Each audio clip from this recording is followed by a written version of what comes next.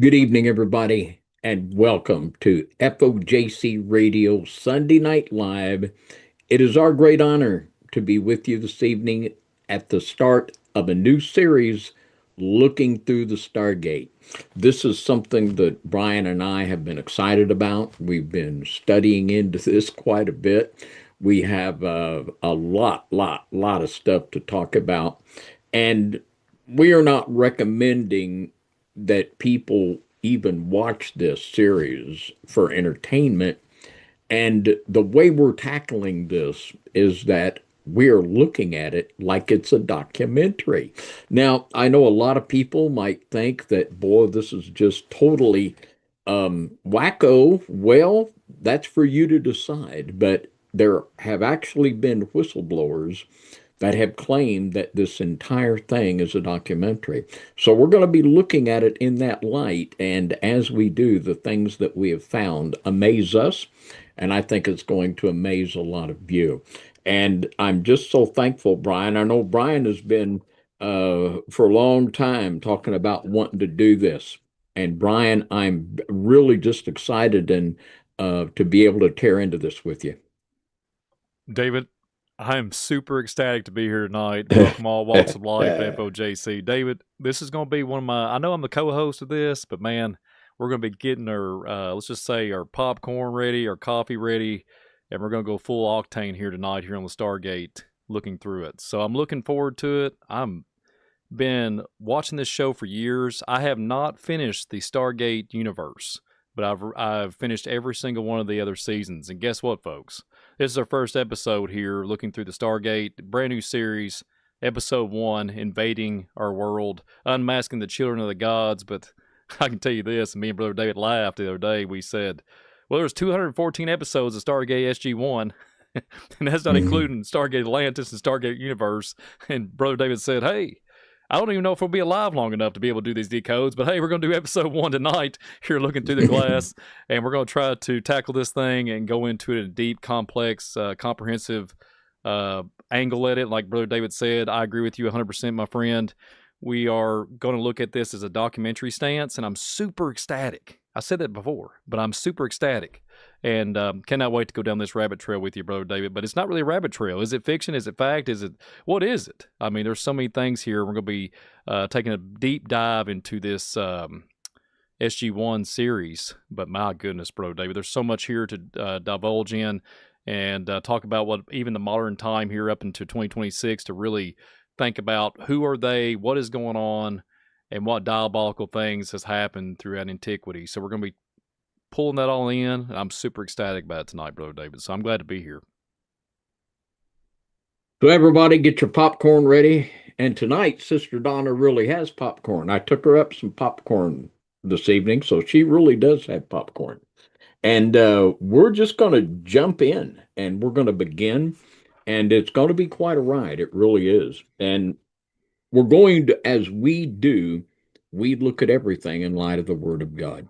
A lot of people has this information, but it's how you analyze the information that you have, and we do it by the Word of God.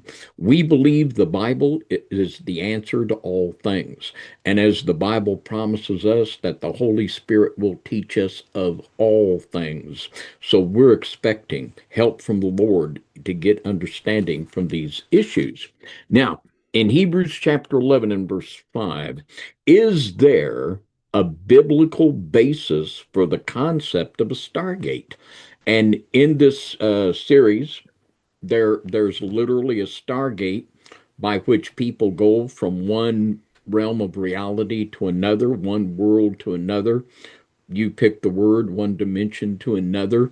And in Hebrews 11 and 5, we see that there are definitely places in the Bible where we have a biblical foundation for the reality of this. In Hebrews chapter 11 and verse 5, it says, by faith Enoch was translated, that he should not see death, and was not found because God had translated him. For before his translation, he had this testimony that he pleased God. Now, in the Stargate series, they use a term called molecular deconstruction. And we could call that AKA teleportation.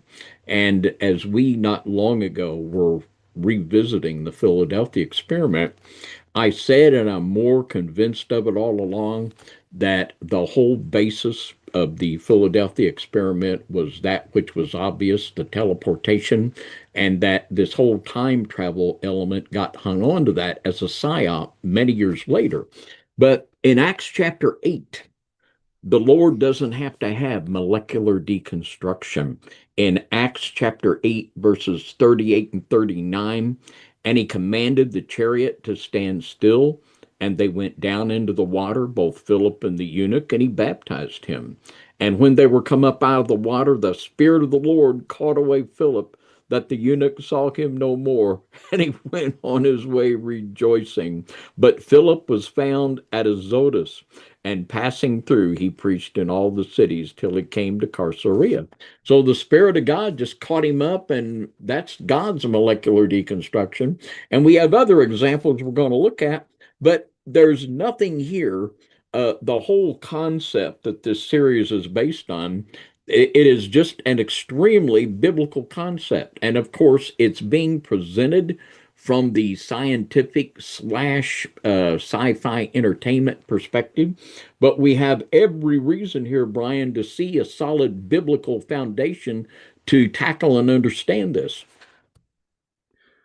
David, I've been here before with the Philip and the Enoch, and he was baptized. The Spirit of the Lord caught him up. The water element. I'm looking at the water element, David, and it's kind of interesting. This series really does focus on a lot of different things of elemental spirits, but the one thing that the Stargate has to have whenever there's a black hole or a black wormhole, there's a water component. And it's kind of interesting just listening and referring to Acts 8 here, the whole thing with Philip being, let's just say, brought to existence, out of existence, and brought to another place. So it's kind of ironic that the storylines of different things through antiquity and other books and things to do with clairvoyance, we've talked about, you mentioned the Philadelphia experiment. We talked about in that program, I thought, about the Bermuda Triangle. If my memory serves me correct, we talked about Edgar Casey and the World War II individual, the gunner that went disappearing, and they used clairvoyance and psychics to find that gunner inside the inner Earth, or Gotha, like Hollow Earth. Yes. And that's kind of ironic. The story was the individual said, "You wouldn't believe it, but I'm dead to your world. I'm dead to your plane of existence." It was a vibratory rate, like they claimed to be dematerializing and then reappearing somewhere else inside the Hollow Earth. So it's kind of interesting that they were kind of going toward that route here and looking at the Philip situation here in the biblical narrative. But you got to ask yourself, what does the Stargate do in the Stargate SG-1 series? And that's one thing we're going to get into. And I think access to the realm of God is a part of the big cosmic conflict, one of the basic elements of it. It goes back to the Tower of Babel, where they wanted to build the tower to reach into heaven, to access a portal, if you will, to regain illegitimate access to God. This is what it's all about. At the time in the book of Jasher, it says literally that Nimrod wanted to storm the throne room. Well, that didn't work out too well for him, and it's not going to work out for these evil engineers either. Now, Brian and I actually got to watch a couple of these episodes together. It was really, really neat.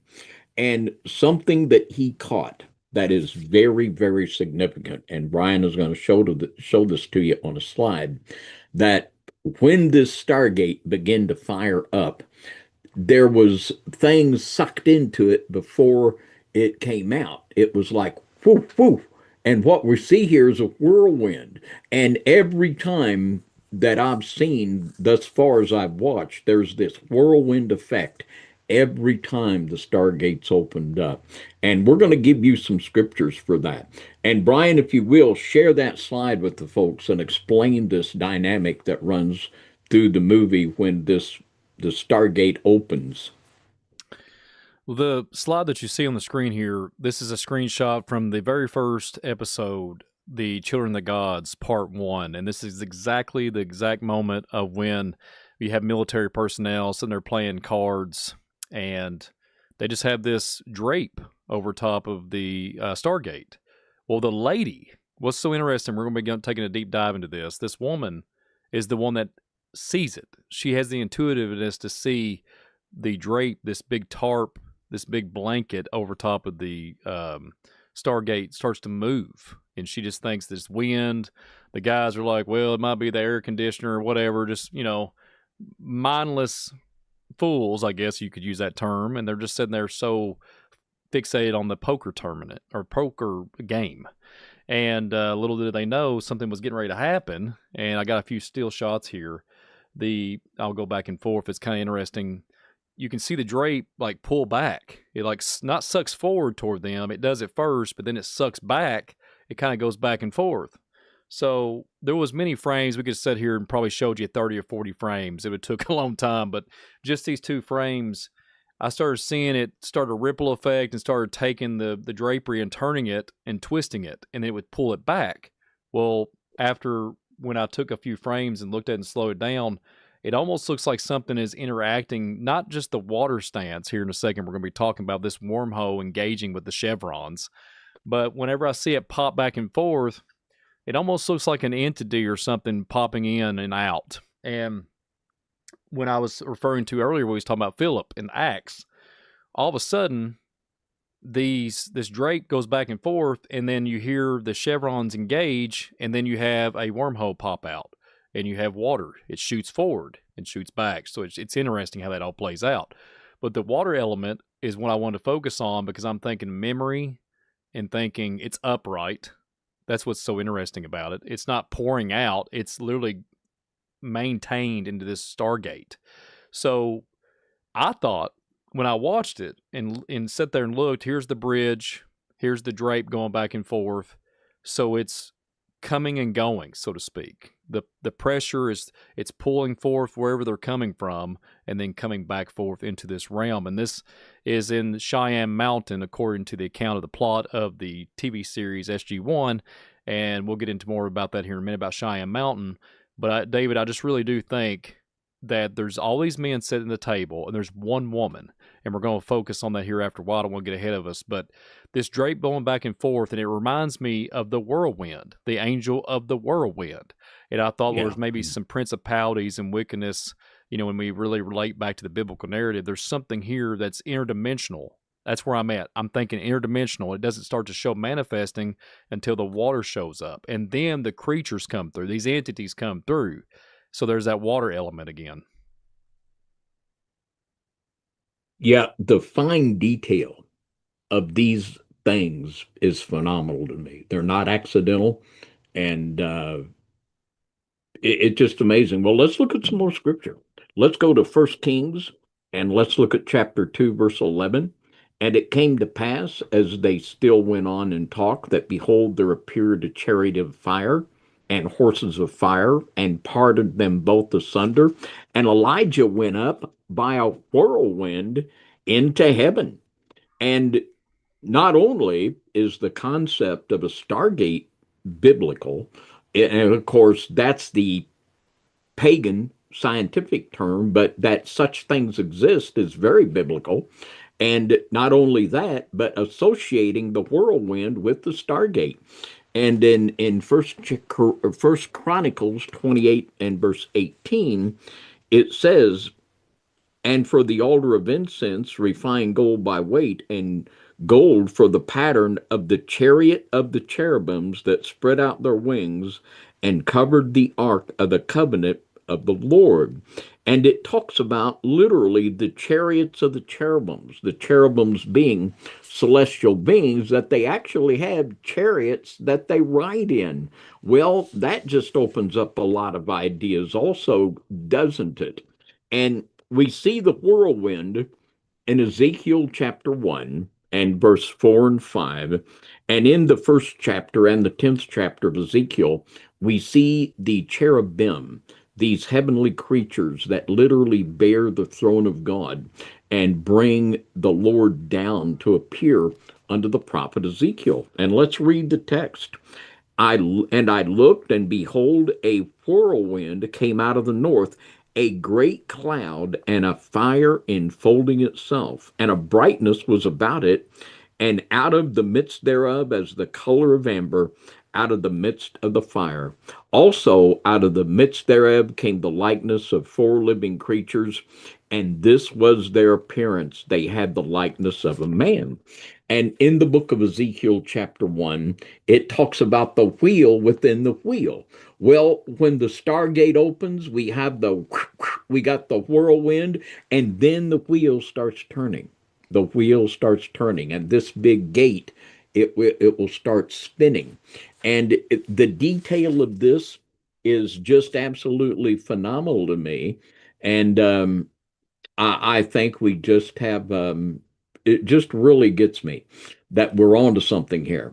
Now, in this next slide, this is actually a photo to the entrance of Cheyenne Mountain. And as I think almost all of us know, this is one of the most heavily fortified of the installations of the United States military. It is a really, what goes on there is highly classified and super fortified. And in this, and Brian will share with you, not only is the actual backdrop of SG1 set in Cheyenne Mountain, but they actually did some of the filming at Cheyenne Mountain. And that's pretty amazing because, I mean, this is one of our super elite military facilities. But in Matthew chapter 10 and verse 26, fear them not, therefore, for there is nothing covered that shall not be revealed, and hid that shall not be known. And there's a spiritual law there that I believe that whether they want to or not, these people are compelled to tell what is going on. Amos 3 and 7 says, the Lord will do nothing except he reveal it unto his servants the prophets. There's a compulsion that they cannot resist, that these people in their movies, their literature, their interviews, they have to reveal that which is going on. And Brian, my opinion is on this Stargate series, I absolutely believe that it is a documentary. The more I look at it, I believe that this is a documentary that they were literally compelled to release by the power of the Most High God. You know, David, that's very intriguing to me, that statement, because there's a lot of things that have came out in the UFO phenomenon, space programs, etc. But when you look at the Cheyenne Mountain here, and we're focusing on the production stance, the B-roll footage, the photos of Cheyenne Mountain that was incorporated into this TV series. But let's take a deeper analysis on here. So I'm thinking about all the stuff they talk about now, deep space connections, SpaceX, you name it, folks. It's getting crazy out here. Okay, it's the Wild Wild West, aliens and cowboys. Okay, Harrison Ford movie happened like 10 years ago. I think it's becoming a reality. A little humorous insert there, but when you look at the deep space connection here, just as the SGC operate out of Cheyenne Mountain, the USSF now handles orbital surveillance and satellite defense from similar high security installations. And also, when you look at the overlapping in 2026, this static overlap between modern USSF personnel and fictional SG teams, Stargate teams here, is striking because people are like making jokes online, a lot of things trending saying that the joke's on us. They're basically, like you said a minute ago, Brother David, there's something here that they're programming maybe, or showing some really knowledge, but putting it behind let's just say a paywall of TV series. But they're joking around online saying it's used for a predictive branding, like predictive branding or a little predictive programming in the mix. And then if you think about the authenticity of this, two real-life Air Force chiefs and staffs appear themselves on the show. That's Generals Michael Ryan and John Jumper. No joke. And fans are arguing that the Air Force supported the show so that if the real Stargate ever leaked, the public would dismiss it as just a plot point from the old TV show, a classic intelligence tactic of hiding in plain sight. So, David, we're not going to get too deep into it, but there's senators and there's folks out there claiming, David, that there's UFOs that are being covered and concealed by mountains or concealed by human fortifications.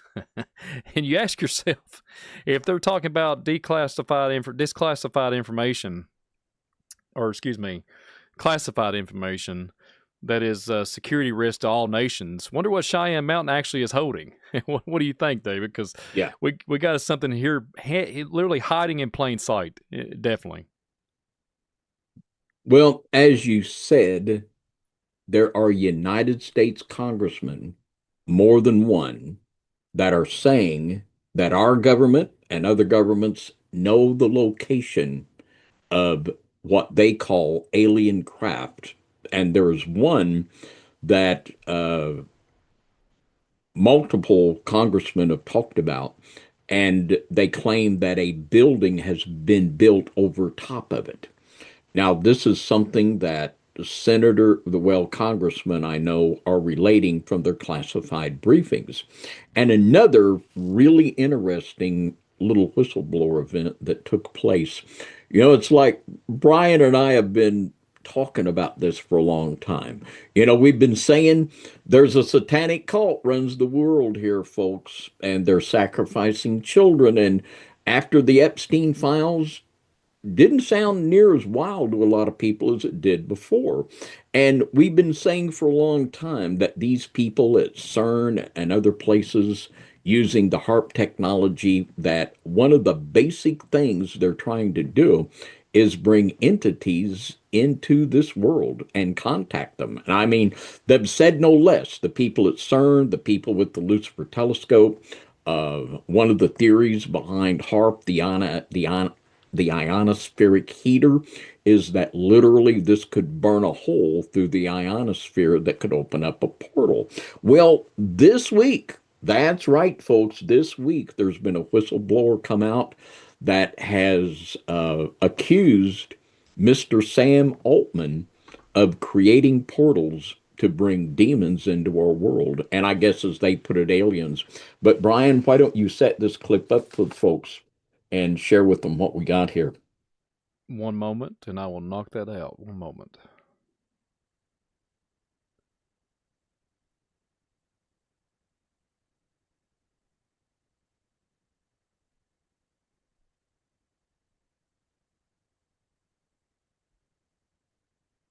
This kind of AI capacity is shaping the balance of power between nations and all of our security.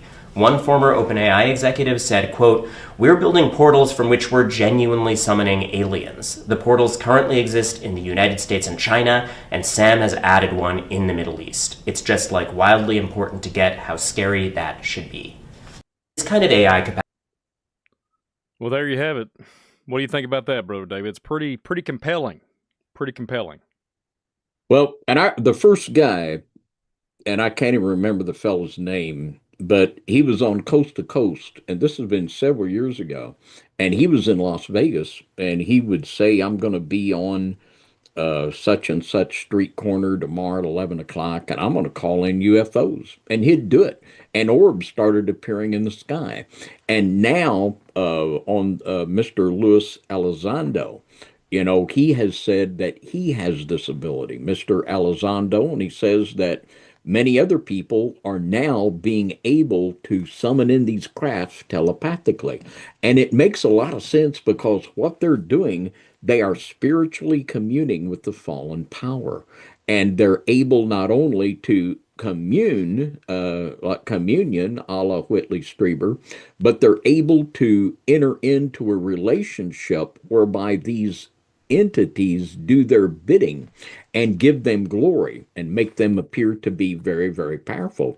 So if we can have guys do this, and Elizondo, he did this on a television clip that was aired on the news. And if these people can do that, what are people like Mr. Altman attempting? That can literally, they have all this sophisticated technology.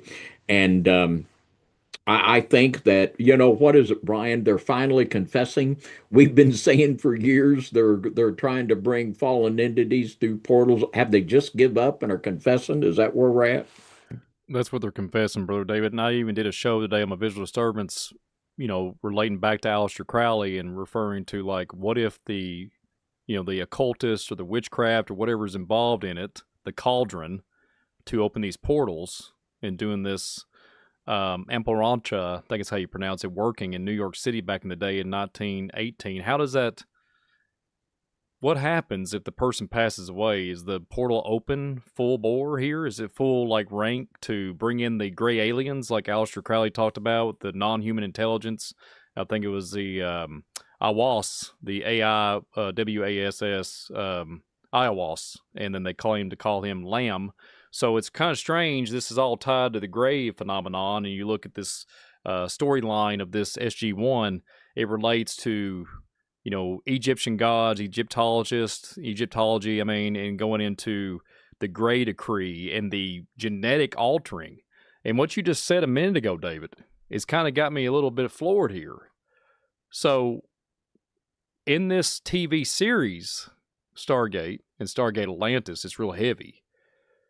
There is seeking a genetic line, and it's tied back to Atlanteans. Well, the way that they can control the craft and use the craft, or any even telepathically control it, they have to be injected with this DNA strand, this upload, I guess you would call it. And some people can't brace, I guess their bodies don't take heed to it, and some do. And it's kind of interesting that is literally throughout the, later on the SG-1 series and all the way up into the Atlantis series, they're talking about uploading this DNA code so they can operate this Atlantean tech, these Vimanas, etc.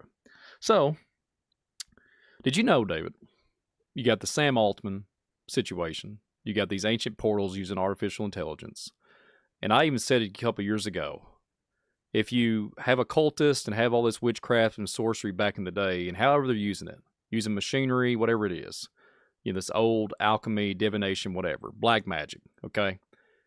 AI is going to pick up the reins and pick up that information and decode it and encode it and bring it forth and use it just like it's human on super steroids, on super intelligent level. So when we're taking a deep dive into this TV series and looking at the genetic link, we're talking about uploading, forcing, the hybridization program and having this, let's just say 1950s with Eisenhower with the Gray Decree. Did you know the show's premise on this show SG-1, that the humans were seeded, like, in quotes, seeded across the galaxy by this ancient race? And it parallels the real, like when you look at the real world scientific study of panspermia. I know you talked about that in the past on many shows. And then also, it talks about these ancient pathogens. And it's kind of interesting. I have to watch what I say here, even in 2026. There's a 2001, because this show came out in 1997, goes all the way out for 10 seasons. There was an episode, Brother David, that to do with pathogens, to do with some type of, like, let's just say something that goes global. And it was a 2001, and it had the exact same spike. You know what I'm talking about, folks out there? It's intuitive. It looked verbatim exactly what we seen back in 2020.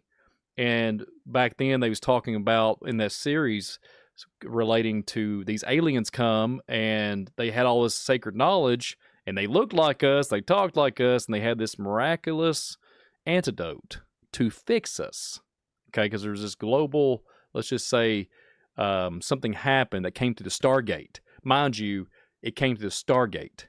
And when you think about all the stuff that they're talking about, the scientific community, Antarctica, the place of ice, zombie, all these different diseases. It's kind of interesting, David. Could it be that what they're alluding to with the Sam Altman and all this AI technology and this interdimensional stuff that is being pushed here lately, could it be that we are living in something that's coming through, like in CERN? They put something in and get something back. And could there be things like that with these ancient pathogens, ancient things come through a gate and then interfere with the human stance of that is on the face of the earth? And that's kind of where I'm at. It's kind of interesting that this TV series talks about the space flu. Let's say that. It's kind of interesting. Yeah. I think that's exactly what we're talking about here, Brian. And we've got here technology that a normal human cannot run. They need a DNA upgrade to be able to run this machine. And it reminds me of the sci-fi series Fringe. And in the series Fringe, Peter had to be able to interact with the machine to be able to open the bridge between the two worlds. And it could not work with just the machine, but it had to be the human interaction with the machine. So here we see the blending of the human and the machine. We have the cyborg concept moving into that cyborg realm where literally they're going to go where no human can go because humans can't do it. If you're going to do this, you're going to have to take the juice and get the upload. Interesting. And we know we are not going to do that. We're not going to do that. Yeah. It's interesting too, not to interject here, not to go too long-winded here, but I wanted to throw something out here. This was just dropped today. We talked about earlier about the congressman talking about this encapsulation or this say this UFO being secluded to the public, national security risk. Okay, Mr. Burleson talked about this today. It was just leaked to or brought to the public eye. I seen where he was referring to one of the missing scientists. And there's like 11 scientists missing with all these black ops projects, or excuse me, not black ops, black shadow government projects, you name it. It's unbelievable, right? Well, what's interesting about that, David, is the same similar parallel as on this TV show. They do the exact same type of thing that's related to UFO or bending metal or making this metallurgy, these different things. The scientific community is similar in this film, in this TV series. So, interesting that Amy, I think it's called Amy Eskridge, was the lady that got, they think, I mean, Mr. Burleson said that he thinks that she was murdered. That's exactly what he says. Well, you know what he says? It's blowing my mind. I just seen it today, like a couple hours ago. He thinks the way he was alluding on the, I think it was either one of the big major networks, either on Fox, I think, he was saying that he thinks a direct energy weapon was used. Wow. And guess what? There is, when you look at the comparisons to this SG-1 TV show and their reality, the U.S. military is currently developing laser systems with drone defense. And they look remarkably like, you know, we're going to talk about the Gould, not as much as depth that we are probably in this one, but the second episode when we do this, but the Gould and that staff weaponry, it's almost the same similar thing. So something really is going on here, but he did make that claim about Miss Amy Eskridge, and she's been passed away, Brother David, for, I don't know, since 2022, I think, or 2021. She passed away in that time frame. Forgive me if I got that wrong, but she mysteriously passed away, and her and her dad had connections with metamaterials, propulsion, gravitational, different things to, let's just say, make something levitate or disappear, so to speak. So it's kind of interesting that this is all coming out, and this is all, it's like watching a documentary, watching this TV show, and then if you mirror them and put them side by side, you got the exact same thing. It's just comical, kind of. It's like, where are we at? What reality do we, what's really going on here? You know, it's just, like I said, predictive programming or predictive branding maybe with these TV shows. Maybe there's something like what we talked about, the Call of Duty program when we did the Venezuela show. You remember that, David? You know, the eerie things with the presidency stance and the extracting the Venezuelan president. It's kind of strange, just throwing it out there.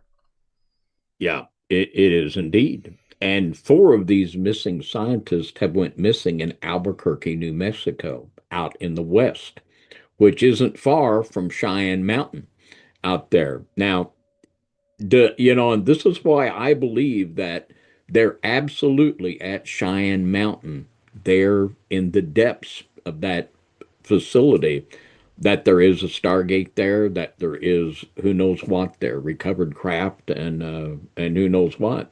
And I remember back with Phil Schneider, I actually saw there for a while, you could see the autopsy photos of Phil Schneider online. I don't think you can anymore. But I mean, and I can see why, because I mean, it was, he looked like a someone that had been burned in a fire.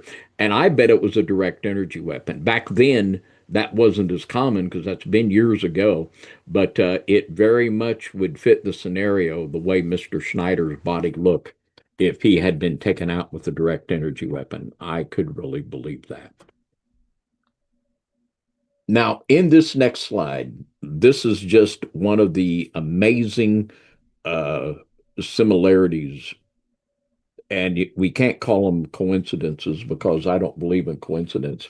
But we see here this slide of Gilgal Rephaim, and this has like thousands and thousands of stones there, and kind of looks like a Stargate, doesn't it? But the amazing thing about this is its location. Gilgal Rephaim is pretty much the precise place where Elijah was taken up in a whirlwind. Now, is it a coincidence? You know, we've talked about the biblical concept of a stargate, the whirlwind, and here in the geographical location where Elijah was taken up, look what we got here. We got the Gilgal Rephaim. And I believe what we have here, that they had their little Nephilim church there, and they try to access the spiritual realm illegitimately without Jesus Christ. God doesn't have to do that.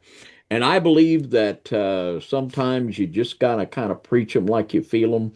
And I believe when Elijah was taken up, that they were in there in Gilgal Rephaim having them a little Nephilim church doing their thing, trying to open a portal, and all of a sudden here comes Elijah. Whoop! See you later, guys. And away they go.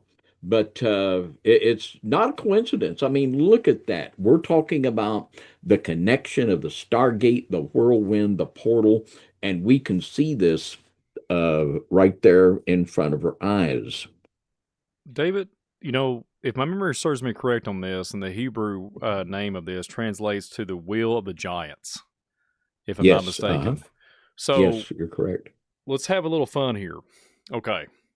We talked about it many times here on the channel. We've disclosed that FBI Pro was the flying row. I've talked about it until I turn blue in the face. Hello out there. We're going to be talking about blue here in a few moments. The flying row, 1947, the contemplating of these giant entities, these giant human-like men of stature in these autonomous vehicles, these remote control vehicles.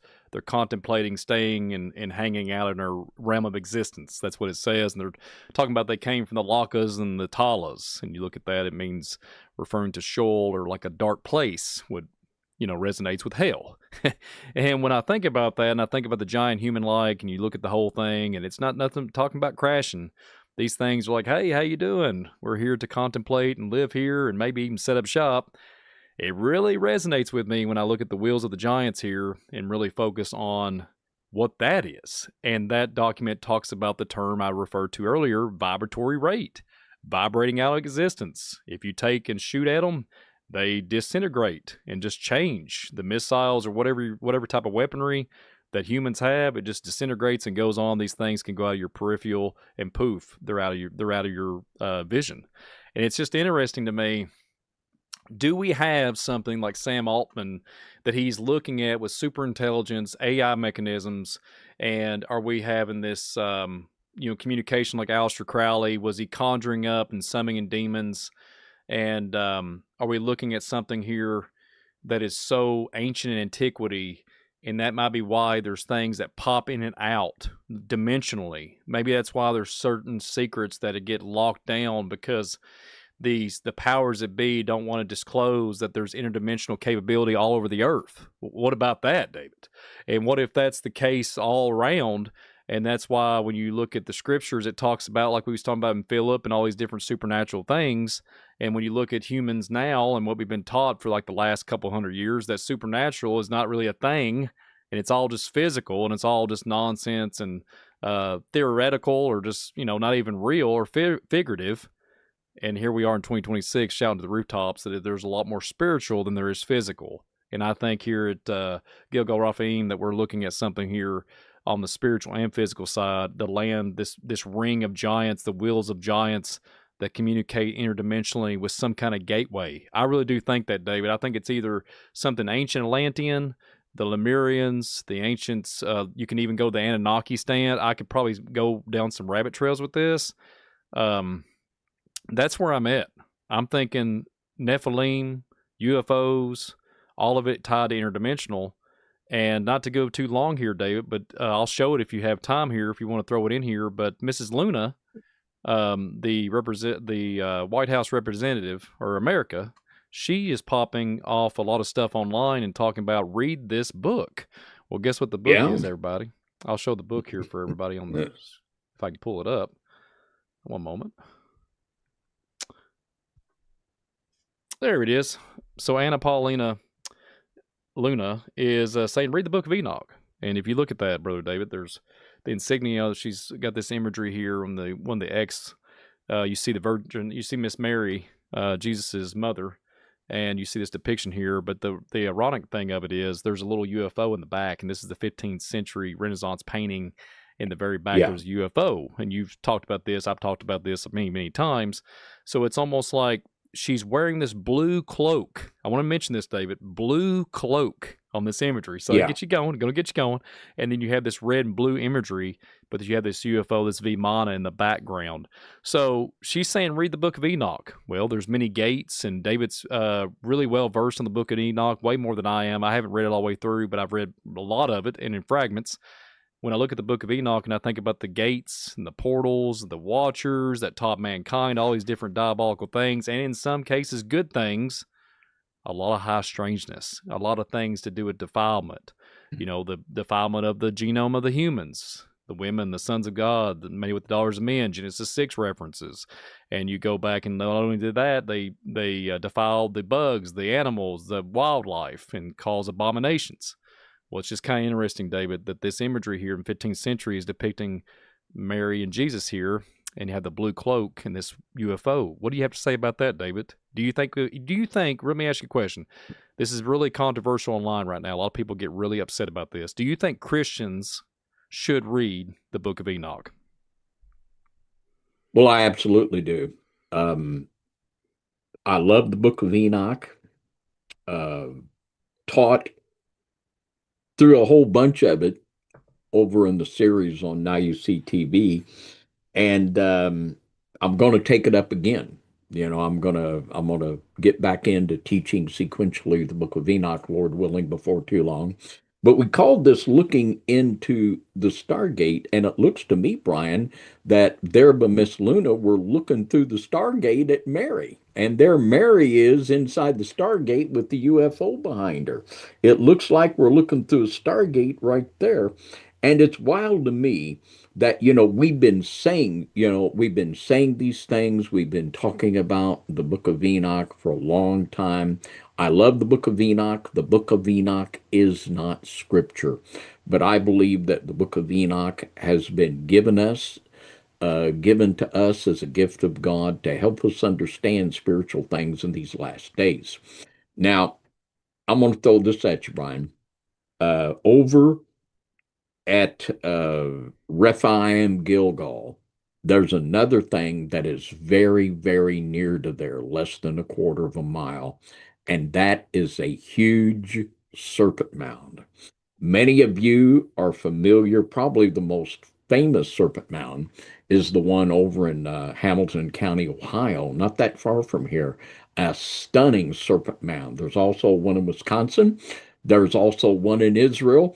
There's also one in Richmond, Kentucky, there where Brian is. Now, what's amazing with this one in Richmond, Kentucky, is that it's not on the historical record.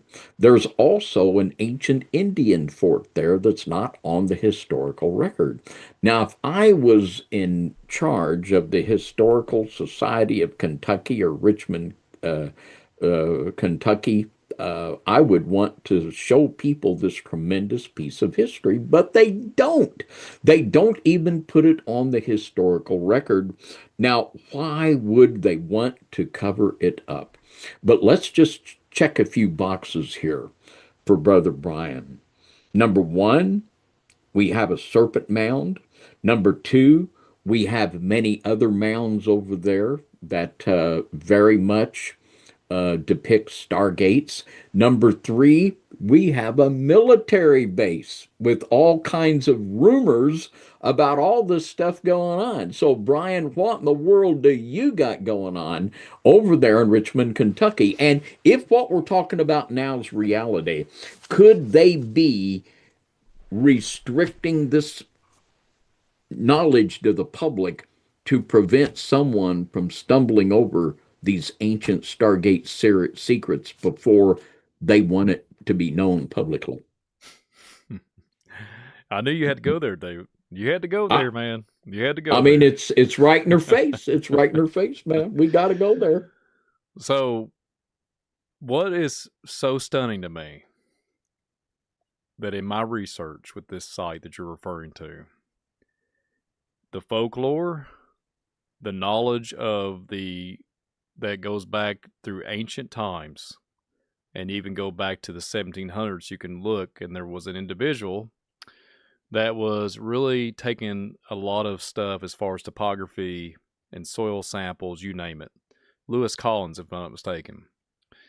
And he talks about a lot of different individuals that had explorers, etc., recons missions, excavations, you have it. Well, what's strange to me is people always would say there's a redhead giant.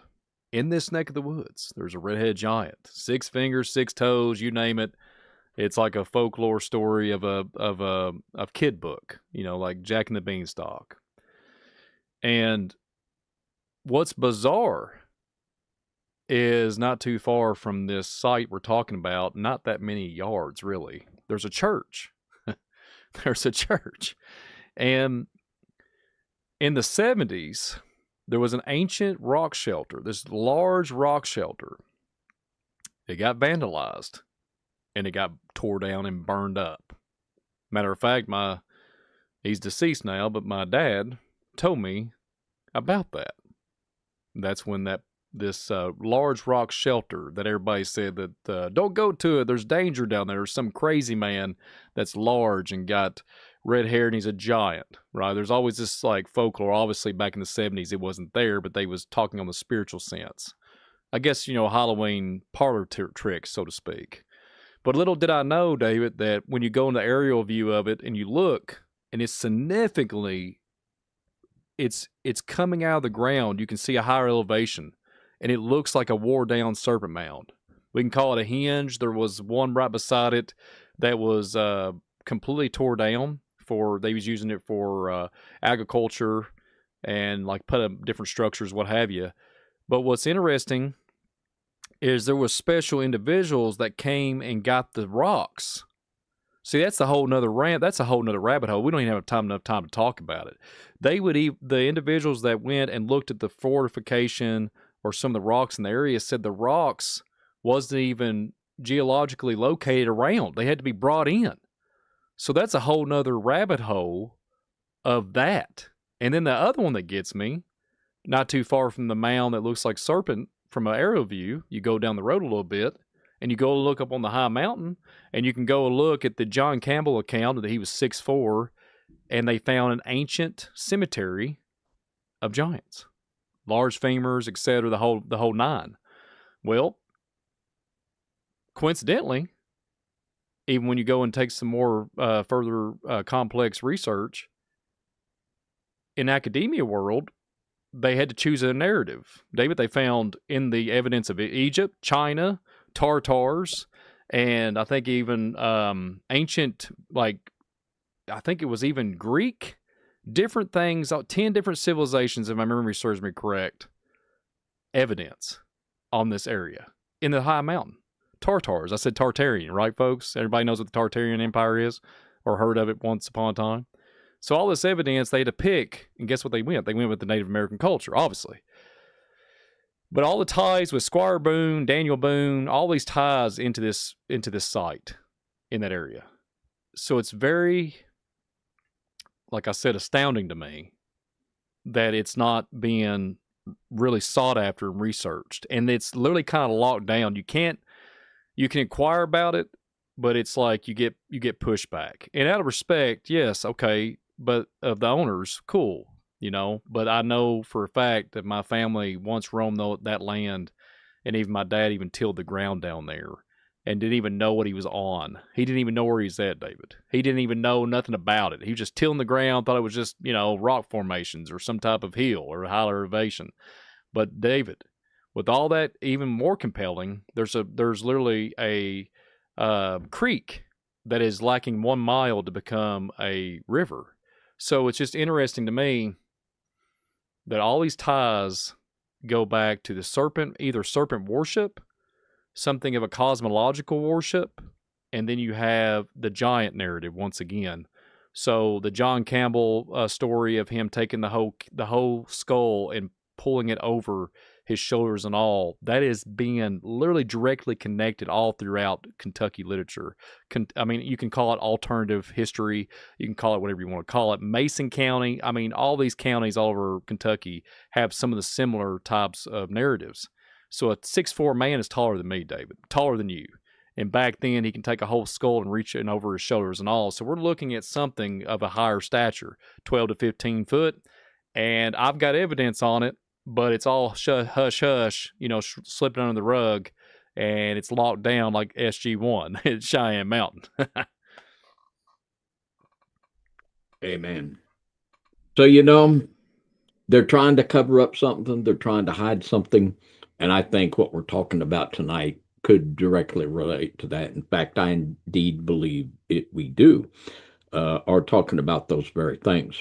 Now, if this is a documentary, let's pursue a line of thought here.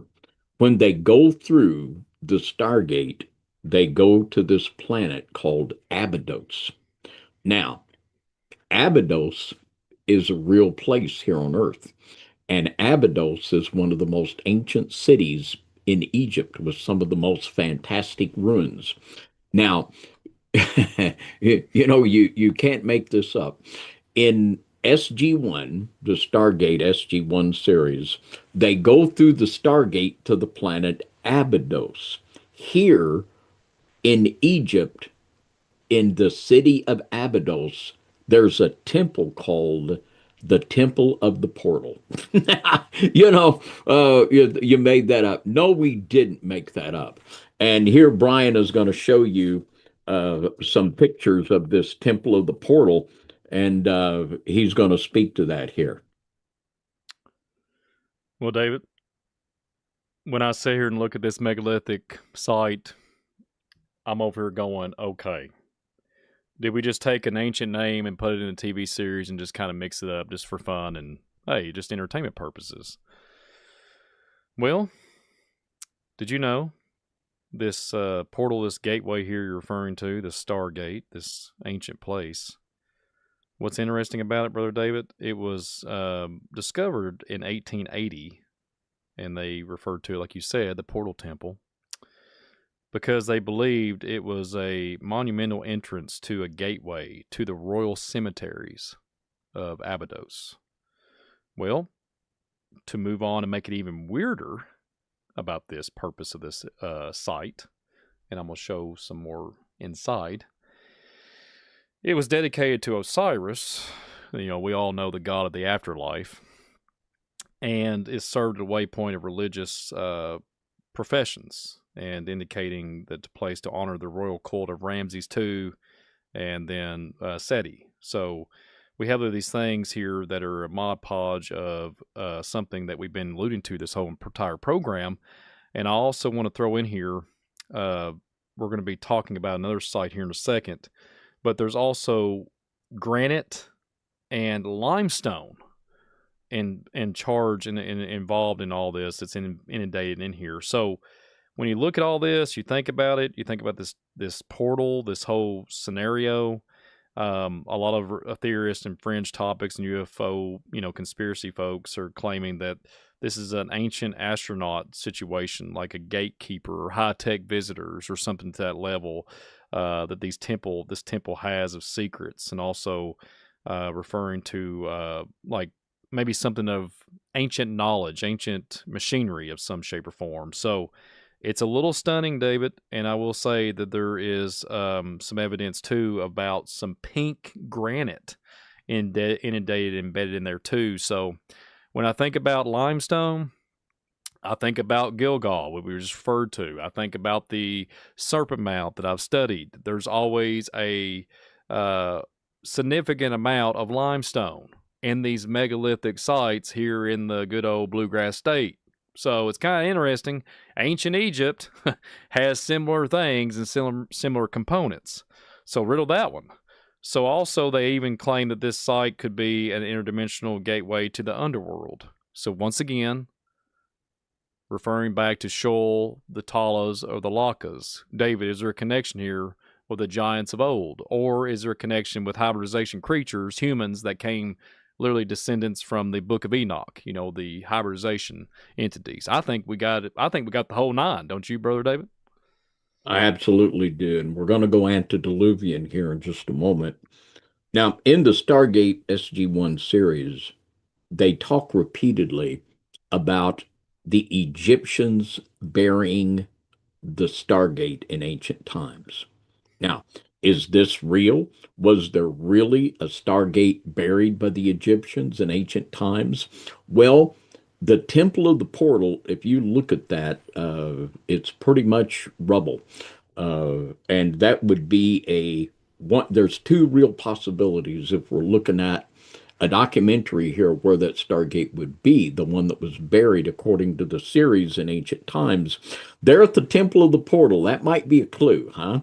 Now, the Temple of the Portal was built by Ramesses II. And Brian has a slide here of Ramesses II. And he is the one that built the Temple of the Portal.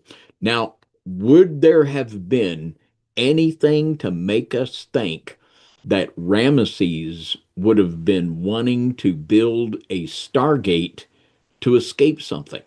Now, it's very, very interesting that Ramesses II was the Pharaoh of the Exodus. He was the Pharaoh when the plagues of Exodus were poured out upon Egypt.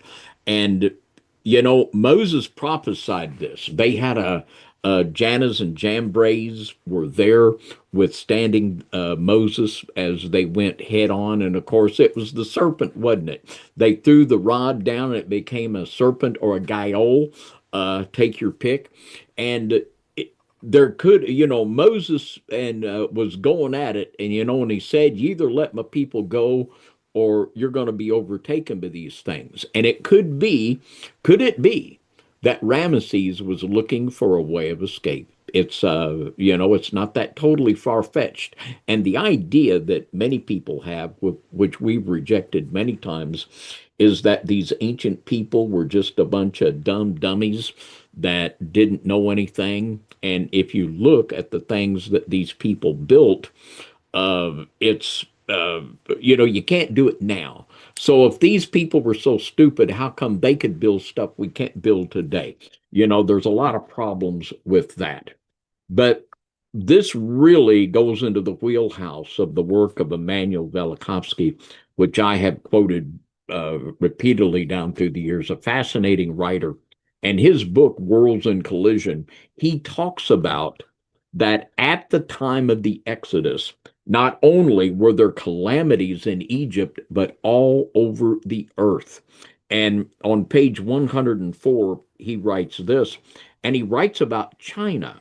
And it says here, in the days of Yahweh. And I haven't joined the Hebrew root movement, but what I'm reading here is the name of the emperor of China during the Exodus, Yahou. In the days of Yahweh, the four quarters of the heaven were established anew, and observations of the duration of the year and month and of the order of the seasons were made. The history of China in the period before this catastrophe is quite obliterated. All these data are in accord with the traditions about the Jewish of the Jewish people about the events concerning the Passover. The sun disappeared for a number of days. The land was filled with vermin. Gigantic sky high tidal waves divided the sea. The world burned. As we shall see, the Hebrew sources too revealed that a new calendar was established, reckoning from the days of the catastrophe, and that the seasons and the four quarters of the heaven were no longer the same. This is almost like in the days of Peleg, the earth was divided. It has, and Mr. Velikowski believed it was a pole shift. And can we have a pole shift on the flat earth? Well, if the earth is flat and we're going to have a pole shift, it'd have to be a pole shift on the flat earth, wouldn't it? And this was something, and he goes into a lot of detail. He details around the world the catastrophes that took place for a good period of time. It began before the Exodus and it continued after. And according to the theory of Mr. Velikovsky, this was because what we would call the planets of Venus and Mars were not moving like they do now, and that they were coming into close proximity to Earth. And it's like the old flux capacitor. When they would get so close, there would be a huge thunderbolt or discharge of electricity when these two huge objects came into proximity one to another. But is it that far-fetched, Brian, to believe that Ramesses, with his science, at that time, the science and the black arts of the Egyptians were the greatest in the world? Could it be that far-fetched that he was trying there at the Temple of the Portal to create a portal that it's kind of, if all else fails, let's get out of here through the portal? Let's go down this rabbit trail and think about this, David. What if he's saying, I want to get back to my daddy, my, fallen angel narrative, right? You know what I'm saying? Like the Tower of Babel, and proclaiming war like Nimrod on God and trying to figure out a way to get back and try to, let's just say, dethrone the God Almighty, the Creator. What if he had that up his sleeve? And he thinking that maybe he had a little biological altering to be able to pull off such a situation, a fleet. So you have to think about the DNA, maybe like you said earlier, how do they create these megalithic structures? How do they do this? How they are making some type of portal or Stargate or whatever it is when it comes to interdimensional concepts or jumping to the heavenly realm. I think he was trying to make his way back up because they left their first estate like the book of Jude, but he's aggravated because he's here on earth and he wants to try to get into the throne room. That's where I'm at, David. Yeah. Yeah. I think you're exactly right. I think you're exactly right. And when we consider these things, the possibility that there is a Stargate, and call it what you will. In Babylon, it was a tower, a device that they would use with the magical workings to somehow be able to go from one world to another. Or as the SG1 series calls it, molecular deconstruction. Now, let's give another possibility. If indeed, when we're looking at SG1, we're looking at a documentary, if there was a Stargate buried in ancient times in Egypt, as this series claims, we've got a pretty good candidate there at the Temple of the Portal. That could be a clue. But there's another, and there could be more than one. It could be that throughout the millennia, there were more than one device here that was enabling people to make this transition. Now, where Brian is going to show you here a photo of what is called the Osirion, which is obviously named after Osiris. And here we have something that is much more ancient than the Temple of the Portal. Now, this is dedicated, this Osirion here, and it's dedicated to a guy that's named Wizard. Now, let's see. You pick the one that doesn't belong. We have Tutankhamun, we have Seti, we have Ramesses, and we have Wizard. Whizzer. Who in the world is Whizzer? And Whizzer is the person slash entity slash Nephilim that the Osirion is dedicated to.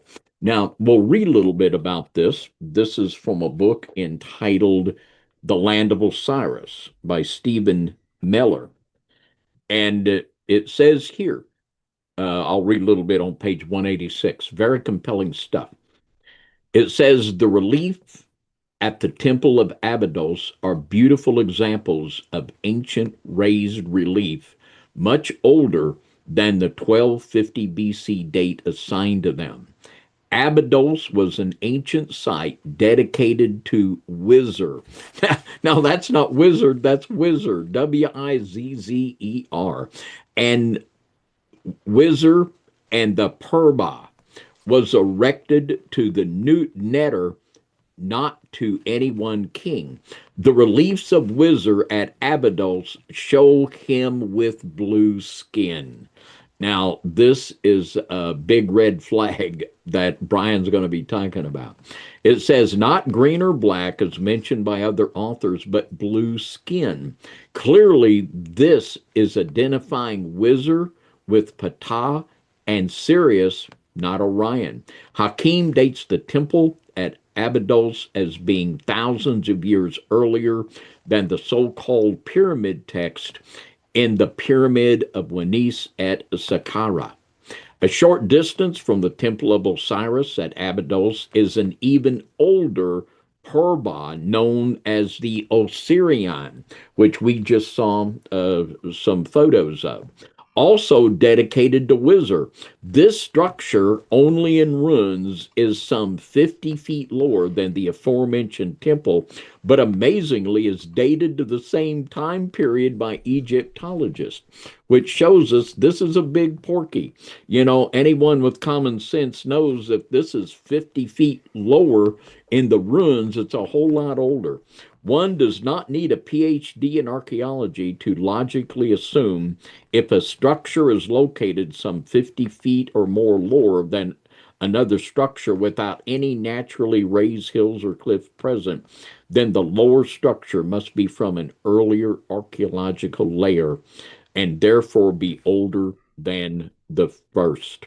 The Osirion, very reminiscent of the structures in front of the Sphinx at Giza, is composed of huge megalithic blocks of granite. We're going to go there to the Sphinx before we're done with this series, I guarantee you. Now, here's something that is very compelling.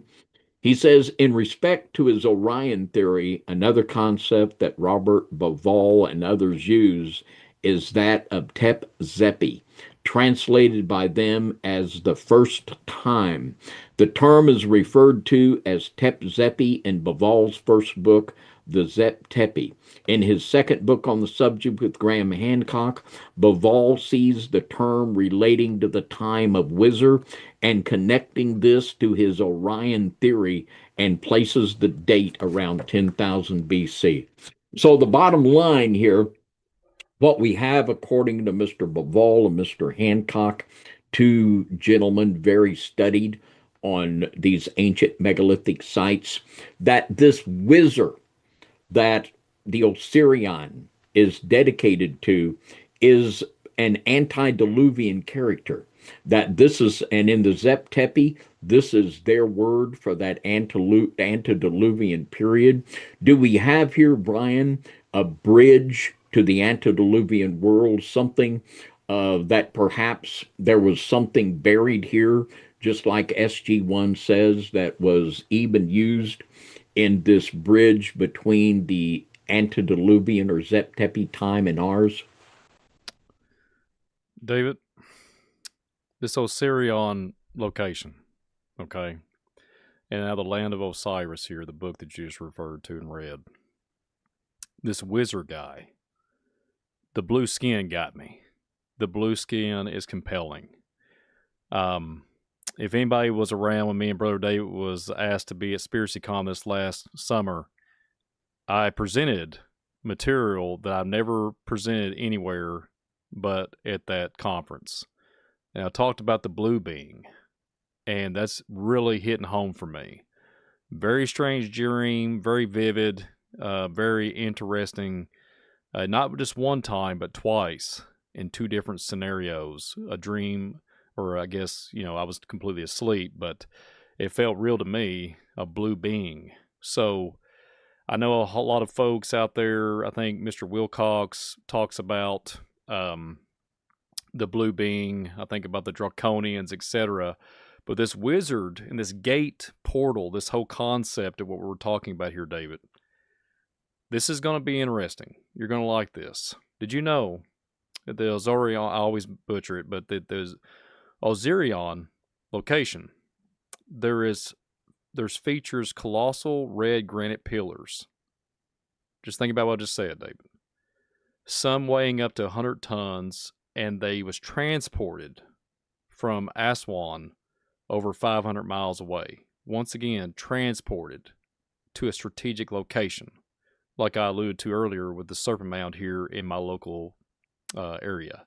Something was transported in a location that had abundance of something, of a spiritual application. Same thing here at Ozirion. Okay, so at Ozirion, you have this red element in the granite pillars, David. We talked about this with Red Mercury, if I'm not mistaken, when we talked about our Atlantis series and talking about the Tenochtitlan, or I think we mentioned it in Karnak too, if I'm not mistaken, on the Cities Lost in Time series. But that red element is getting me, David. The red and blue, once again, a blue being, a red element, and the red granite is getting me with the 100 tons, weighing up to 100 tons. So something here of a significance. And then also, just to mention, not only Mr. Graham Hancock talking about suggesting that it's thousands of years older, David, I think I agree with him. Pre-dynastic era of even the end of the last ice age, end quote.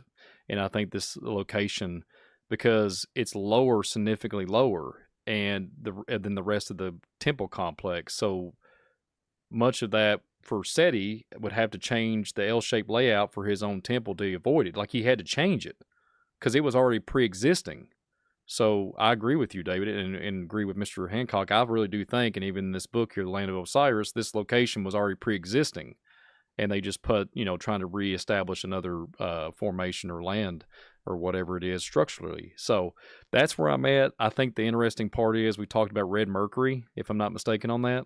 And I think it's interesting there's a red granite material and something to do with this ancient site here. Maybe there's a direct connection to the Rainbow Bridge, to the, let's just say, like they talk about in Asgard, the... let's just say the way back to Earth. So maybe that's something like that, David. Maybe I'm hitting some strings here, but the blue being and the red element is really captivating me right now. Yeah, it absolutely is. Do you have some slides there of Nefertiti in the blue? I have that up on the screen with Wizard here. Forgive me, I put him up a little late here in the Okay. game, but because I had Well, the it's Land of okay. Osiris. But Wizard is on the screen right now. If you want to comment on that and talk about that, Brother David. Well, and to me, it's like those little problems. Which one doesn't belong? We've got Tutankhamun, we got Seti, we got Ramesses, and Wizard. It's not wizard, it's wizard. It's a wizard. And I agree with Mr. Bavall and Mr. Hancock. And here we see in this that Seti is depicted as being possessed and taken over by wizard. And this would give us serious reason to, and of course, we know we're talking about an entity. We're talking about an entity that was operating here in Abydos in the antediluvian world. We're talking about Genesis 6, the sons of God and the daughters of men. And this whole scenario plays huge into this entire Stargate series. But very, very significant, very, very significant of what we're looking at here. So I would conclude from this that it's quite possible that there was a Stargate at the Osirion, even back in antediluvian times, and that Perhaps this knowledge enabled them to perhaps try to build another one there at the Temple of the Portal. Wow. But either way, we see that according to Stargate SG-1, they claim that a portal was buried, a Stargate was buried by the Egyptians in ancient time. I think we could be looking at a documentary and just not a science fiction show. It's amazing. What are the odds of them going through the Stargate in this movie into Abydos? And here at Abydos, we've got a Temple of the Portal. Come on now. To me, I'm convinced we're looking at a documentary here, which just takes this thing to a whole new level, and which convinces me that at Cheyenne Mountain, deep below, that there is a Stargate there. So, David, you just mentioned a minute ago, it just kind of struck me, talking about SETI being possessed. So we talked about a little bit earlier with Sam Altman and talking about the artificial intelligence, talking about the connection with these portals as artificial intelligence resurrecting these old ancient antediluvian portals, which in my, in my opinion, I believe they are. Have you ever heard the theory of the Egyptian god Osiris? Even the term in the podcast realm here lately in the fringe topics, a lot of folks out there, the ancient astronaut theory, they're referring to Osiris as artificial intelligence now. And then if you go into, it's a little crazy. I know. How much more can we go? But yeah, they're going there. And then if you go in the Ancient Alien TV series, since we're talking about a TV series, here we are at Ancient Aliens, the Osiris the robot. Theorists are arguing that the myth of Osiris being dismembered into 14 pieces and then reassembled by Isis sounds more like the repair of a machine that is resurrections of a human. And then the argument is they suggest that Osiris was a von Neumann probe, a self-replicating machine, or a robotic envoy sent by extraterrestrials to jumpstart Egyptian civilization. So ironically, speaking of Stargate SG-1, there's these replicator robots later on in the TV series, and they can self-replicate and everything. It's machinery, but they have like a human element, a little bit, and they can clone you and do all kinds of, shape-shifting, etc. So it's kind of interesting when you tie in the Stargate series and these myths and all this so-called nonsense. They're talking about Osiris being a self-replicating machine. We've talked about this individual before we move on to Nefertiti. We've talked about Billy Carson. So Billy Carson also is talking about the Osiris, and he literally has vocalized that the ancient gods, that the idea of these ancient gods were literally just advanced technological beings. And Carson also interprets the Emerald Tablets, what we referred so many times from the channel, other Hermetic texts as descriptions of advanced technology. He has also suggested that Osiris and Thoth were not biological humans, but entities utilizing synthetic or AI-driven bodies to achieve immortality and govern early humanity. Boom, David. Crazy. Could it be that we're looking at this Weezer guy, this Blue? Could he not be, let's just say, biologically fully human? And could it be when the e-files that just dropped about biological consequences, could this individual, these blue-like people, be ascending to something else, that's went from human to non-human? And that's why they have access to these great portals and this nefariousness that they're doing. They go back and forth. What do you say about that, David, with the AI? Is AI ancient and is corresponding with all this ancient Egypt? What do you think, David? Well, we were talking earlier tonight about the necessity of a injection that would give a genetic enhancement to be able to run the technology that they're developing. Could it be that the same was true back in ancient times, that perhaps AI isn't new, but it is ancient? Perhaps there is nothing new under the sun. And it's just like Nimrod, he began to be a Gibberim. Born to human, became a Gibberim. So maybe old Wizard was born to human, and when he went for his little genetic upgrade, he went blue on us. So it's possible. It's possible. But when we begin to look for biblically based answers for this, a lot of the possibilities open up that make a lot of sense of what these people are saying. The people that are involved in this and the people that are trying to figure out what's going on are now beginning to, shall we say, coming around to our way of thinking in a lot of ways.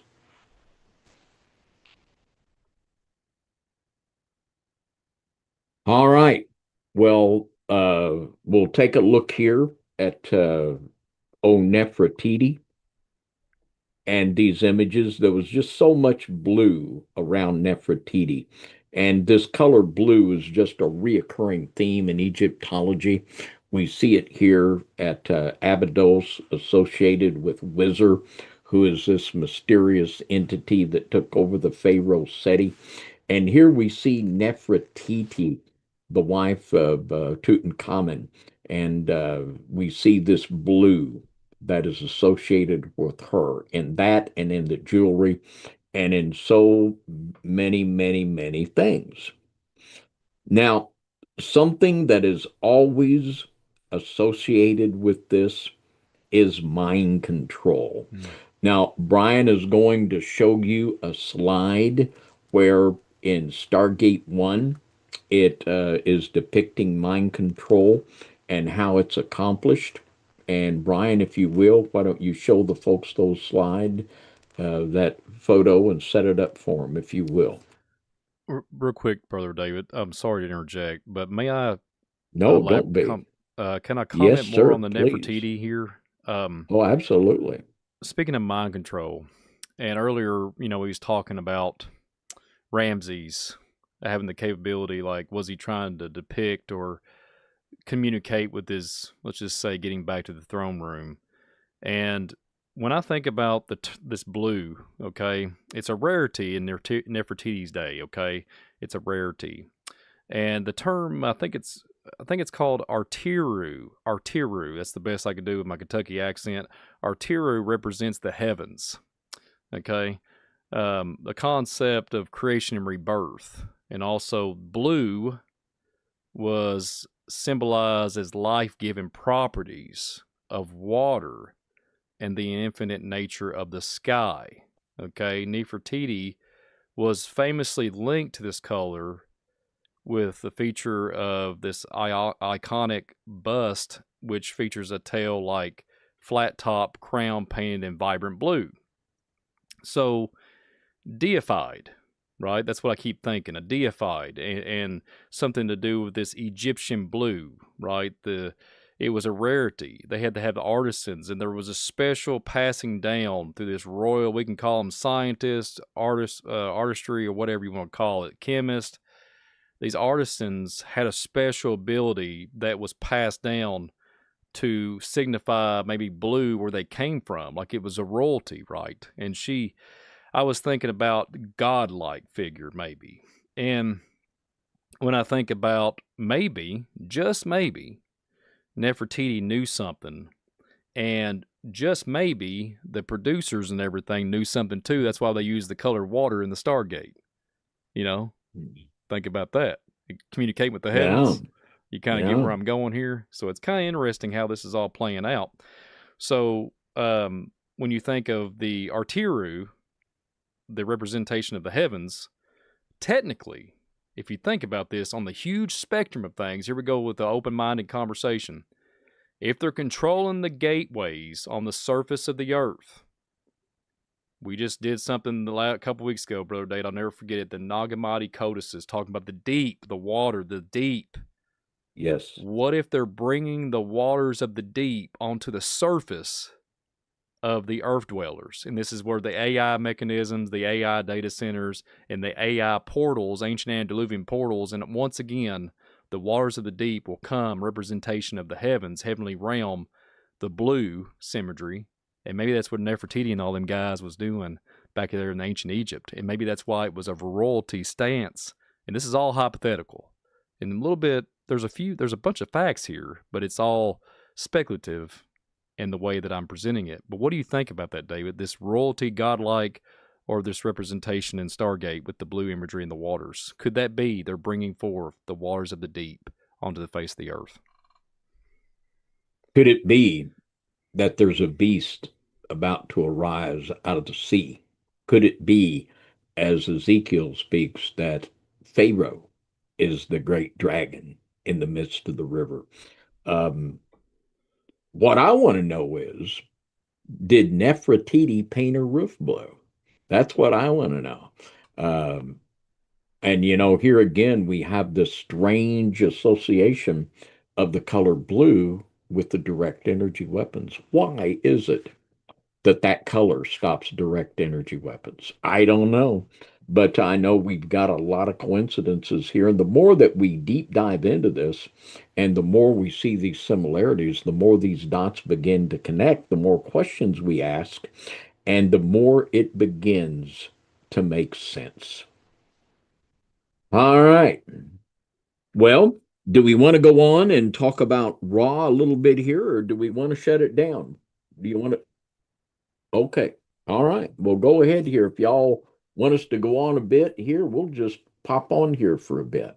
Now, Brian is going to show a photo here of Ra from the Stargate series, and you're going to see his glowing eyes, and he's going to explain to you how Ra exerted mind control over people in this Stargate series. And we're going to come back and we're going to make some biblical connections with Ra and his glowing eyes. But go right ahead, Brother Reese. So this is the very first episode. We're still on that. This is the very first scene after I talked about earlier with the angel of the whirlwind. When the waters come through the wormhole, Stargate gets engaged. The Cheyenne, the chevrons engage, all the Stargate coordinates, and all of a sudden this guy rolls up. So I want to focus about what I said earlier about the men. There was all these men wrapped around this round table, this card game, poker, and there was only one female. Okay, one female. Well, this guy comes through the portal all scary and everything, with his, let's just say, Jafars. That's all sitting there lining up with their, let's just say, direct energy weapon mobile devices. And you got Raw there, the gold, he's sitting there just kind of hanging out, shining like a diamond. He shows up like the glowing eyes looking at the general, and he like captivates. When those eyes look, this ghoul that's wrapped around his spinal cord engages and uses their some type of, I don't know, extrasensory perspective and like captivates and hypnotizes folks.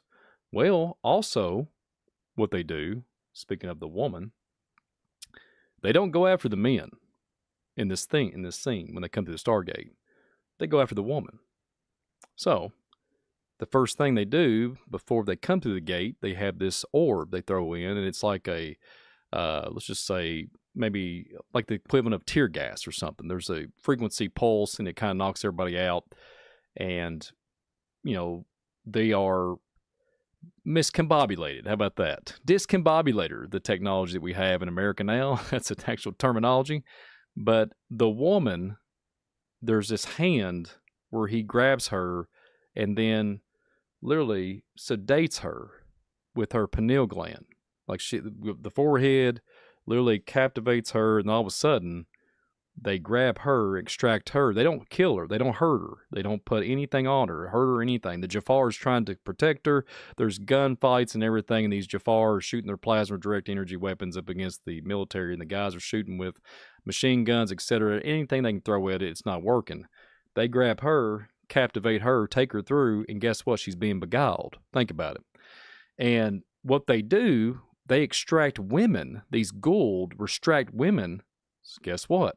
They put the snake inside the back of the head, which takes over, and they have queens. Well, guess what? Think about the biblical narrative and Adam. Adam needs a helpmate. You see what I'm saying? Kind of like inverted here. You know what I'm saying? So they go and find a helpmate, right? And they want to repopulate and have this diabolical plot against humanity. And they focus on humans. They love humans the most because they're fair maiden. They're royalty to them. They're beautiful fair maidens. So the Gould are attracted to those. It's guess what we're referring to here is. Anybody have any questions or guessing out there? Genesis 6 verse 4. We have the sons of God made with the daughters of men. They took wives as they chose. It's the same exact scenario here in Stargate SG-1. They literally took out the men, the population. Think about what I'm saying. They took out all the people that can repopulate in that room, all the males. They grabbed the female, the only female. they extract her. They literally hypnotize her. And then hence you got Genesis 6, verse 4 coming off the page in the biblical narrative, and then it is being depicted here right off the bat within a few minutes of the first of Children of the Gods here on this TV series of Stargate SG-1. So, David, we have this technology, we have this Gould, and they have to have a mature Gould, and the Jafar here, these so-called, they're alien species too, they have an X in their stomach that literally uses them as an incubator for the Gould to survive as a youngling and then mature, and all of a sudden they take it and pick let's just say a specimen. So kind of sick, kind of twisted, all vulgar, yes, but the X imagery, we can tie it back to Nimrod. It's kind of crazy. And then you look at the Gould, the serpent up the snake, referring back to what David was talking about, the Jambries, and then the Moses times. We have some significant coincidences here, David, that really just need to be talked about here. And when you think about the beguiling, the female stance and the male stance, we got this literally biblical narrative here, and we're looking at a documentary. Let's just face the facts. What do you think about this, Dave? What do you think? Well, we're looking here at intricacies of mind control. Mind control plays out in the natural and the spiritual realm. And we have here the connection with, there's so many, and we've got to unpack this in a lot more depth in a future episode. But all of the analogies here to the mark of the beast, to the taking over of the spinal cord with the kundalini, the wrapping of this entity around the spine. And we've literally ministered to more than one individual that had a literal spiritual entity wrapped around their spine like this from the kundalini. We're talking at amazing intricacies of spirit possession and mind control, and it's just laid out for us in just amazing detail. And well, there's just so much more stuff that we'll get into the next episode, but I mean, it just really rolls. I mean, the detail of whatever it does, the biblical parallels and the scientific intricacies just jump out at you. Now, another real similarity here, and is it Ra or is it Apollos with the glowing eyes? Ra is the first one in the first movie. Forgive me, and Apophis is the one that I misspoke earlier. But it's still the same if you look at it. Well, I did too. Yeah, yes. Forgive me. So that was my It's fault. one, half a dozen of another, but yeah, we want to be as accurate as we can. Correct. Yeah, that was my fault, my friend. Mm-hmm. Well, mine too. But anyway, they're both bad boys. But old Apollos with his glowing eyes, and in Job chapter 41 and verse 18, it talks about Leviathan. And it says here in Job 41:18, by his neesings a light doth shine, and his eyelids are like the eyelids of the morning. Now, that word morning in Job 41:18 is the word shahar. And shahar is listed in Isaiah 14:12 as the father of Lucifer. Shahar was one of the morning stars that literally brought forth Lucifer as his brood. Lucifer, likewise, is not Satan. He was a breeding Nephilim. And we can read this right in the 14th chapter of Isaiah. And it talks about, and Leviathan, Leviathan is described here in Job 41 as basically a fire-breathing dragon in the water. And it says literally that his eyes lit up like the eyes of Shahar, the father of Lucifer. What we got here is a little family resemblance. And that these entities have glowing eyes. This is something that, as we see here, this is a very biblical concept. And it's also a concept that there are many other extra biblical texts that we could read that would show here that the things that are being depicted here in these movies, they're based upon concrete realities in the dark realm. Interesting, David, because not only do they light up and have hypnotism and all this psychic abilities, they have physical abilities, strength, super strength, and it's almost like the whole Yeah. narrative with the Gilbarim. Nimrod became a Gilbarim. It's almost like this Gould gives you superhuman capabilities, but it's supposedly, according to Stargate, it's the gods, the little G gods. So strange indeed, David. Wow. Job 41. Wow. Yeah, Job 41 and 18. Now, also, we have a scripture in the book of Acts, chapter 16 and verse 16. And this scripture says here, and here again, Apollos was the serpent god, and we're connecting the serpent with mind control. Who'd have thought about that? And in Acts chapter 16 and verse 16, it says, and it came to pass as we went to prayer, a certain damsel possessed with the spirit of divination met us, which brought her masters much gain by soothsaying. And this divination, it was a spirit of divination that enabled this young woman to know secret things that she would not have known otherwise. Now, the interesting thing about this word divination in our Greek New Testament, it's the word pythos, where we get our word python. And this goes all the way back to the ancient oracles and the oracle at Delphi. We saw the Indiana Jones movie where they had the big serpent in the temple. Well, this is a depiction of the oracle at Delphi. And we've all seen the movie where they have the snake charmer, and the snake comes out of the basket and weaves back and forth and hypnotizes someone with the bobbing of the head. This is one of the most ancient ways of serpent worship and the worship of the serpent to go into an altered state. And this is one of the most ancient forms of mind control. Wow, David. And one, I know we've gone a little longer than we wanted to anticipate, but hey, that's what it's all about That's all here. right. We can we do still what got a we little bit want. left in the tank. We still got a little bit left Yeah, in the we tank. do. Yeah, we do. No problem. When I think about this, David, in the Acts 16, and I'm sitting here with my mind and my conspiracy tinfoil hat on right now, but coming from a biblical perspective, I'm getting a little charged up here at the hour and 38 minutes in. I'll just say this, David.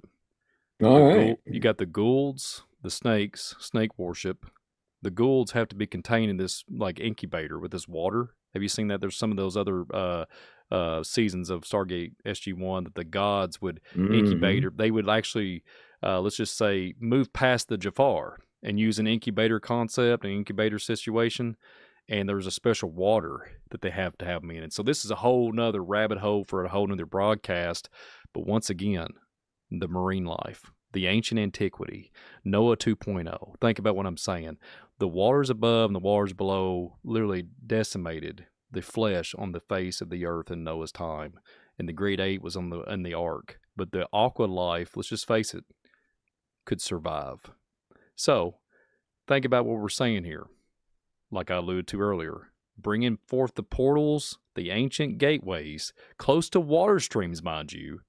And to get these activations, you have to bring old elements, old rocks, granite, etc., to 500 miles away or whatever to transport them to this ancient location because there was a great flood. Okay? So it disrupted all the materials. Think about what I'm saying.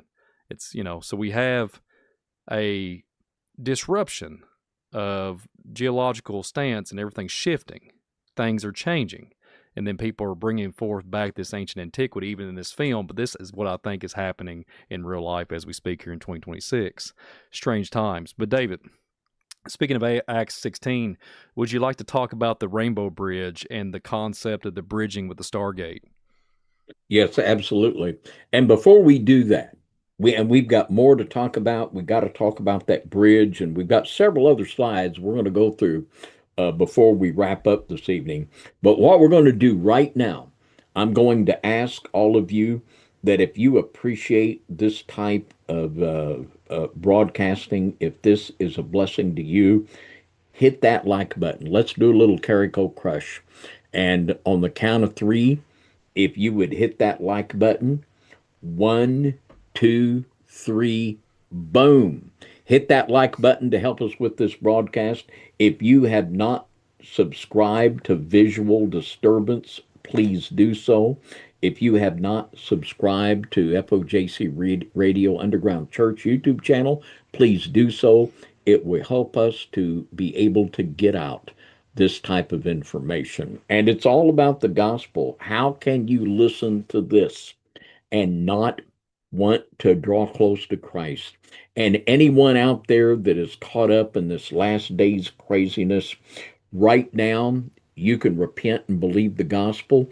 You can place your faith in the death of Christ upon the cross as payment for your sin debt. Do that now. Do not go to sleep another time in this crazy world without knowing that you're right with God and that you are serving Jesus Christ as your Lord and Savior. So, Brian, Rainbow Bridge, let's go. Well, everybody, as you know, you can see through the whole program we've been doing here on the Looking Through the Stargate. This is the depiction in the picture from the actual Stargate that is depicted in SG-1 at Cheyenne Mountain. And I want to focus on the gate. It's just a metal tin, just a human interpretation of a ramp. But when I think about the Stargate coordinates, which we're going to be talking about here in a little bit after a while, but I keep considering the blue water aspect of it and going through an upright portal. Well, when you look at the other depiction here, I got the whole team of SG-1 going through the Stargate and jumping space and time. In 2019, they just talked about an individual, I'm not going to say any names, but an or let's just say retired general, said that we had the capability of transporting somebody through space and time faster and get somebody from place to A to B in 30 minutes. That was said in 2013, and this is the technology that we're supposed to have back then, so only God knows in 7 years what they've been able to accomplish with the AI situation. But hence, let me just go ahead and focus on this. Ancient AI, new AI, probably one the same. It's just re-engineered alien tech, fallen angel tech. Okay, let's just face the facts. So we have this bridge, this metal tin bridge, the access point. And if you go into the Rainbow Bridge in Norse mythology, if David wants to tune in, please interject it when you want to, Brother David. We have this Rainbow Bridge connectivity, this connection with the rainbow. We talked about this on the show we did with the Wizard of Oz. We took it to a whole nother level with the Thoth and Emerald tablets. But we look at the Asgard concept. We look at the Thor movie. There's this rainbow mechanism, the rainbow. And then you look at God's promise, right, that he will not flood the earth no more. This is the rainbow is a significant symbolizing that he will not flood the world anymore. So it's really strange that these movies tie into this. Well, when I look into Greek mythology, look at all these other mythologies and this Rainbow Bridge concept, I kid you guys not, there is literally the whole thing with Niagara Falls. Yeah, that's right.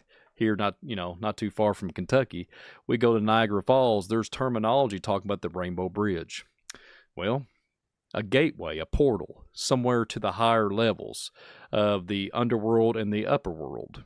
Seriously, there's water panthers and all kinds of, let's just say, mythological creatures that you would hear about in the Poseidon era in the Greek mythology. So it's really strange how this is all intertwined and combined here. So when I think about this, and I think about prisms, I think about certain earth energies, I think about certain places that have archaeology digs, that have findings, that have elements or iron or whatever's underneath the ground, granite, red granite, what we talked about during the whole program, and even on the full body teleportation document that we've showed, it literally says they need 2 obelisks that are made out of granite to teleport something or transport something. So, Niagara Falls, the whole thing with water, a portal. A lot of people on the fringe topic are talking about that, and people get upset when you talk about that in that manner. But there's a lot of stuff in the Niagara Falls, not too far from here, and there's this element of spiritual applications. So, what if just like the water, when we remember Brother David in the misread record, the vapor canopy, this is when I think about the Rainbow Bridge. Certain people back then could see this perspective. They could see through this ripple effect. Something about the Earth, magnetic sphere, whatever you want to call it. We can call it Saturn's ring or something about the veil.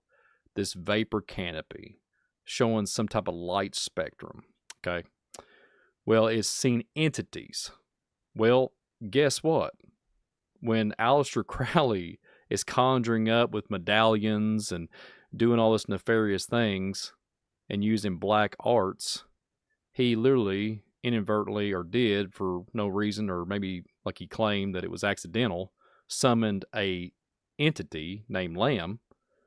Well, if that portal is open through tech and black arts, and they're maybe doing a small element of vapor canopy, and that's where I'm at. They use waters.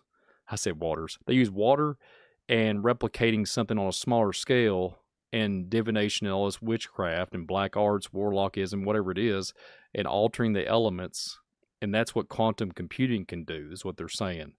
They can change the molecular structure in the airwaves, which hence with superintelligence with AI, if they replicated the ancient ones, the occultists, all these guys from the ancient Egypt, well, you have some mod podge of a cauldron on steroids, which in hence we would have replicating this rainbow bridge directly going to something of a heavenly or something of an interdimensional concept of inner earth or going to other lands. And I think that's what they're shooting for, David. I really do think that. And this depiction in SG1 does a very good example of showing how they're doing it.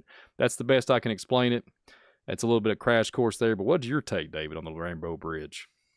I think that's exactly what it is. And everything in this, the spiritual uh, dynamics are laid out so clearly. And in all cultures, this concept of the bridge over the river Styx in the ancient Roman uh, mythology, and the rainbow bridge and the Norse mythology, the bridge there to Asgard with the warriors guarding it. All of these things are so clearly depicted. And here we have this symbolized here in the SG1 series by this bridge leading up to the Stargate where there's a whirlwind and the thing starts turning, and it what looks like a good entertaining movie, and it is, it breaks down to these intricate spiritual dynamics that really to me are just very, very, very amazing. That's why I do believe that we're looking at a documentary here, looking in there to the deep, going through the deep, through the gate, into the deep, out on the other side. Mm. Wow, David. Wow. So we're kind of just getting fired up with our second wind here, David, but you mentioned Philadelphia experiment, and my mind is just rattling all kinds of different things right now, but I don't want to go on too much of a tangent, but this really does tie into this. Rainbow Bridge. I remember looking into the Philadelphia experiment, and they continued on the experiment. I'm pretty sure it was called Rainbow Project.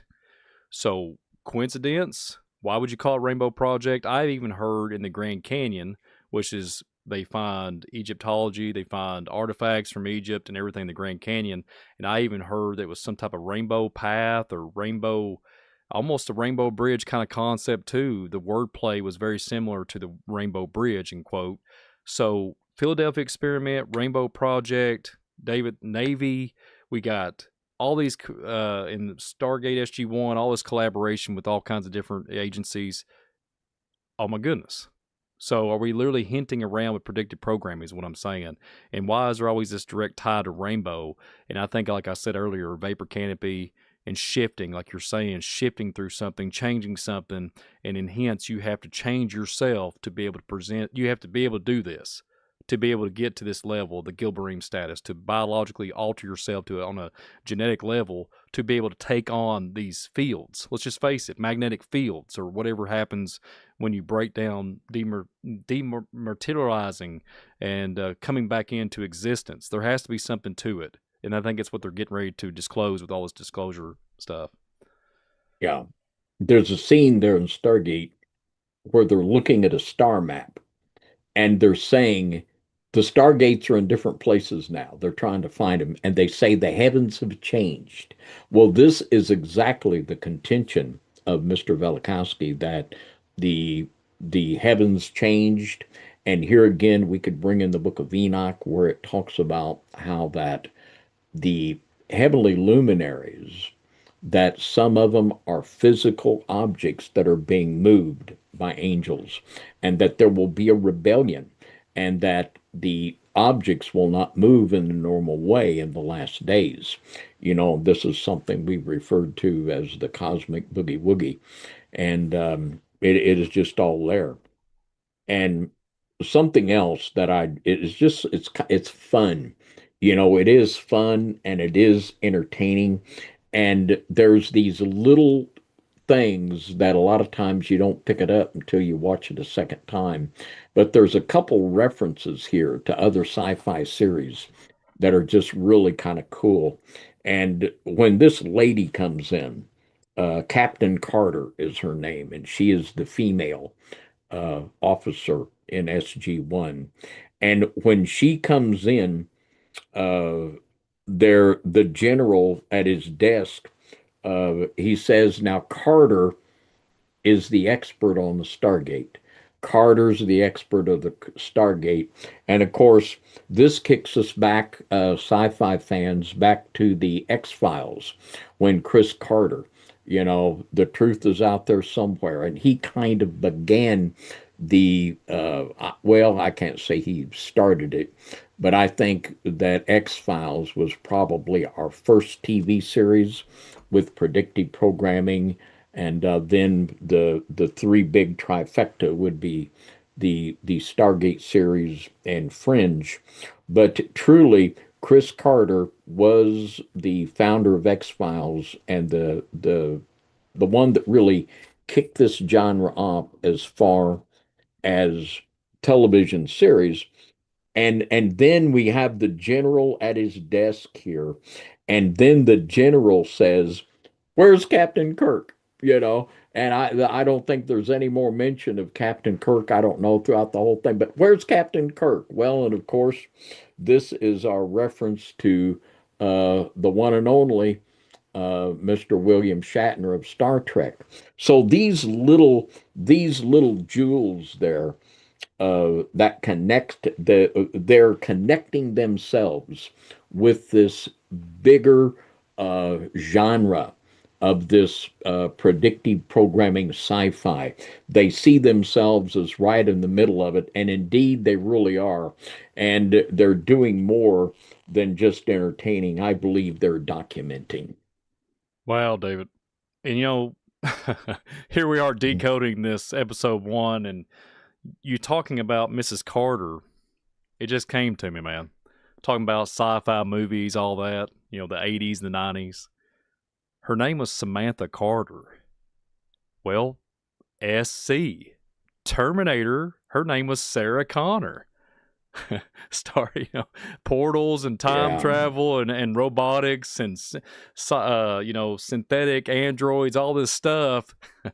And the same thing with Samantha Carter.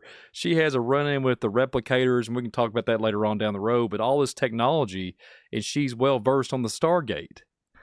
And then you have John Carter from the movie from the Disney movie, John Carter, and he goes to Mars. Like he goes to what's it called? Abzul. I think it's called Abzul. I think in the movie, I think that's the way they pronounce it. In the Elder, this ancient ball-headed creature entity is jumping time and space, and John Carter goes and jumps. Right, he time jumps and he goes to Mars. But it's really strange. I don't want to go down too far down here. But John Carter, Sarah Connor, Samantha Carter, JC, Jesus Christ. It's crazy what we're looking at here. So Samantha Carter, wow, the X-File connection, and William Shatner. David, on down the rabbit hole. We're going to have to do an X-Files decoding too here on the channel. But all this is tied interconnectedly to something, we can call it, okay, the producers and directors are just kind of playing off everything.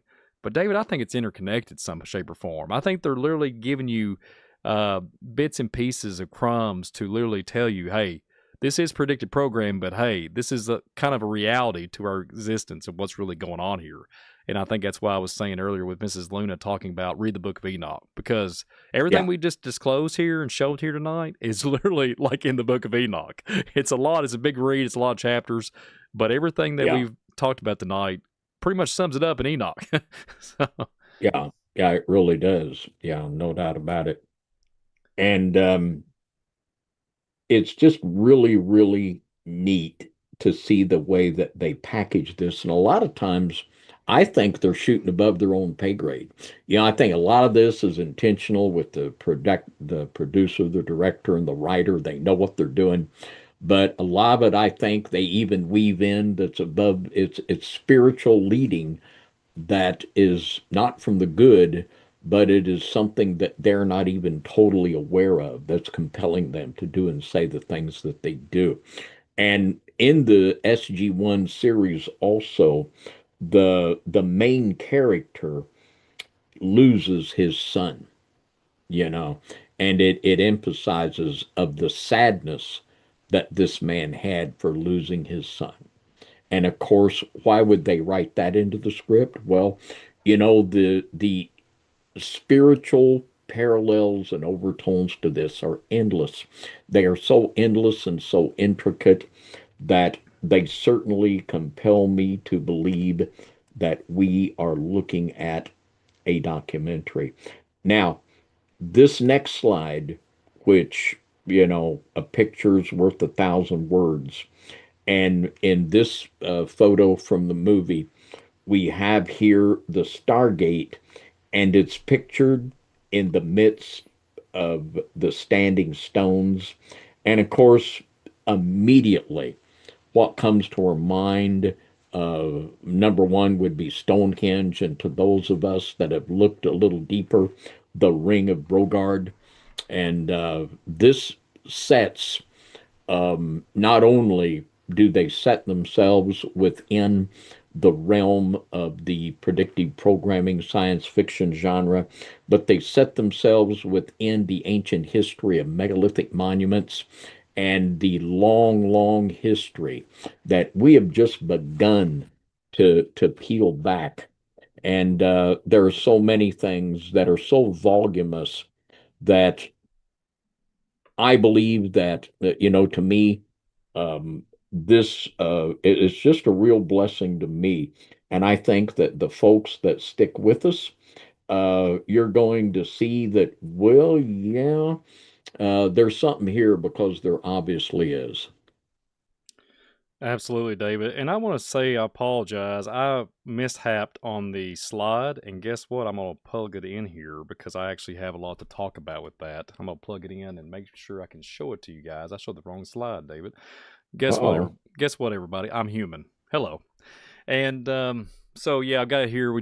This is when me and Brother David was actually side by side and watching this show together.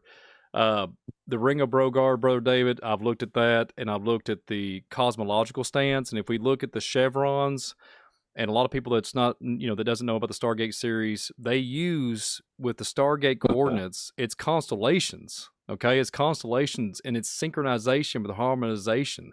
And there's something to do with this intertwining with signal frequency, and it's like kind of like what we have when the four-letter agency, and they have these life bags. They have those DHSs, is what they call them, I think, Brother David, that they have to activate. The Stargate SG-1 crew has this certain device where they pop in and out. I forgive me that the device is slipping my mind right now. But on a megalithic structure, there's these rocks, and they're surrounding the Stargate. Well, guess what? I have evidence this happens all the time on Indian mounds and rock formations here. And guess what? The stones are either extracted, they're shut off, they're taken to some mayor's vault. No joke, that's for a whole nother broadcast. And these stones are strategically laid out. And there's either something to do with death and burial, resurrection, whatever the concept is. But I think, David, in my work, as far as the research I've done in the past, and I say work, but in my line of study, I think some of these rocks come from high mountains. Okay? Yeah. The rocks come from high top mountains. There is significant evidence in my neck of the woods that back in the 1900s, they excavated the top of the mountains. When I took some deep dives into it and research, they was magnetic. Well, guess what? Government contract, somebody with high dollar amount of money paid the bill, and the good old hillbillies of Kentucky mounted. They said, we'll chop that top of that mountain off for you, buddy. And they packed up the rocks and on you go. But it's literally used because something changed the magnetic current of the rock formation. It's something to do with high elevation, something I can't explain it. Who knows? It's something back of antiquity. And I think, David, they use these rocks to scatter throughout the world. I really do. I think they use it in strategic locations like at Gilgal, no telling where else, Gobekli Tepe, you name it. And all these are intricately lit up in some type of network, ancient antediluvian, let's just say internet like we have now, but it was physical networking of spiritual routes. And like we're seeing here on Stargate SG-1, it's literally a depiction of a documentary that happened back in the antediluvian days. It literally it feels like that, Dave. When you look into these ancient, the demiurge, the Younger Dryas event, I can only imagine that these things once upon the earth, the days of old, the earth without form and void in Genesis. I could just see this. I could see this, David. This could be something that has literally been a reality in some shape or form in our, the past or even future.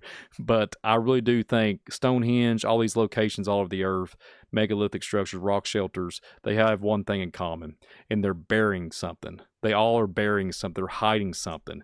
And that's what Mr. Burleson and all these UFO guys out there are trying to get out there in the public. They have buried ancient technology for some shape or form. And AI is going around and saying, all right, foolish humans, get out of my way. I'm going back and finding my daddy's ancient ancestry. You feel me how I'm articulating that? And they're finding these ancient sites, and they're going to bring forth it back again. You watch it. That's what's going to happen. And I'm not saying any prophecies or anything like that, but that's what is literally happening daily. That's what they're claiming. So you watch. They'll be disclosing that here future. The UFO disclosure. So this picture with the monoliths and all the rocks is a huge, because they focalize on this film. This is, me and David was like, wow, because the way the panorama and where it pulls back and a focal point on the Stargate. But you can see here, you got these Apophis, little Jafars, and all these guys focalizing in this circle and had the camera footage on it. They had to focus on that. It's literally like looking through the glass, or showing something like in a scryer mirror, or like obviously a TV, but it's looking at something to show what you're perceiving. And you're not even really looking and focusing on the rock formations. Your focal point is the actual people standing, but people missed the standing stones. I think it's just like the Ring of Brogard, Brother David. I just think it's exactly like the Ring of Brogard here. And we were talking in I believe it was our Greenland presentation, that they have found a site identical to the Ring of Brogard submerged out in the North Sea, out in what they call Doggerland, when we were talking about another concept of the lost continent of Doggerland there in the North Sea. Just like Ring of Brogard underwater. What a dynamic, awesome photo that is in this movie. And by doing this, what a stunning visual. They're connecting. Well, we've got that Stargate underneath the Cheyenne Mountain, but looky here at the megalithic site. They're connecting the concept of the Stargates with the megalithic sites, and there are more that we're going to be talking about as we go deeper here into SG-1. So just a stunning visual. Well, we want to thank each and every one of you that have been here on our maiden voyage of SG-1. I just thoroughly enjoy this type of study, and I know that many of you do too, and I hope as we continue that more people will appreciate this, and I think it's just tremendously significant. We're just living in such crazy times, and now with what Mr. Trump is saying about disclosing even more information, it's hard telling what we better buckle up and be ready for what's coming, because the deception is coming that will deceive the elect if possible. But Brian, thank you so much. It really is felt good to be able uh, to start the dive into this, and it's just there's so many more things that are just going to be unfolding here.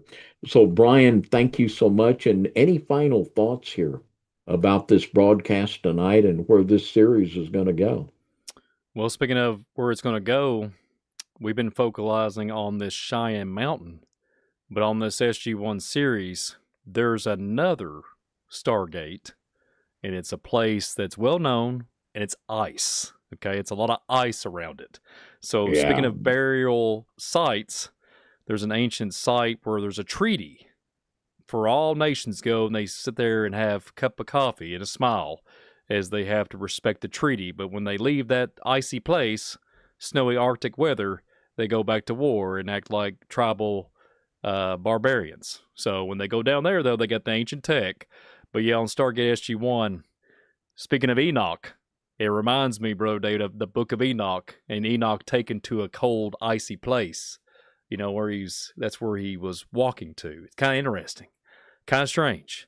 But we're going to take some deep rabbit trails with that one. I hope you guys enjoyed this just as much as I did. We had a few little hiccups at the end, but hey, that's because we are human. So thank God for that. Thank God. But yeah, like that Brother David said, human is a great thing to be. Human's a great thing to be. But buckle up, buttercups, because guess what? Episode 2 will be in the near future. So if you guys like this program, hit that like button, subscribe, all that good stuff, the Carrico Crush like Brother David. And also thank you so very much for riding out with me with Visual Disturbance Style on my channel. But me and Brother David, I love the duo, man. I've enjoyed it. I've enjoyed the searching these things out, the megalithic sites, the cities lost in time. But the new series here on the channel exclusively on FOJC Underground Church channel, I hope you guys enjoyed it. Comment below in the comments box in the chat. Let us know where you're from. Thank y'all so very much for allowing us to present all this stuff to you guys.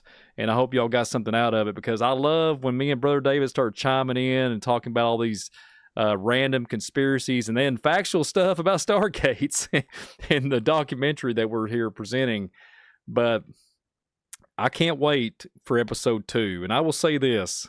If me and Brother David lived closer to each other and we had time to sit down and watch all these Stargate SG-1s one by one, oh man, we would have us a dynamic. Cities Lost in Time wouldn't even hold light to it. We got to watch 2 episodes of this together, and we was throwing off all kinds of ideas. So you all cannot wait for the second one, because I will just say this: we mentioned the Gould. The worms, okay? We're going to be talking about worms on the second episode or looking through the Stargate on episode 2. So to keep that in mind, wait for that in the near future. But other than that, Brother Dave, I went long-winded. I just want to thank you all so very much for being part of FOJC. We had 700-something folks in the chat tonight. That's pretty darn good. And thank you all so very much for being here. What a delight it is to see you guys, a lot of familiar faces and familiar names, because I got to meet some of you guys in real life and your screen names. So thank you all so very much. And Brother David, what an awesome presentation it was tonight. And thank you for sharing all the stuff that you shared. And it was a really good duo of epic proportions on this Stargate SG-1 episode 1. But Brother Dave, I'll give the floor back to you. Man, there's my final words. Y'all be blessed. Have a wonderful Sunday evening and a wonderful week. And Brother David, I'll let you end us out here tonight. Big thank you to Sister Donna and Brother Bill for moderating tonight. A big welcome to all of our new listeners here on FOJC Radio. We welcome you. And with that, until next Sunday night, 7 p.m. Central, a big high five and good night, everybody, from FOJC Radio Sunday Night Live. God bless y'all.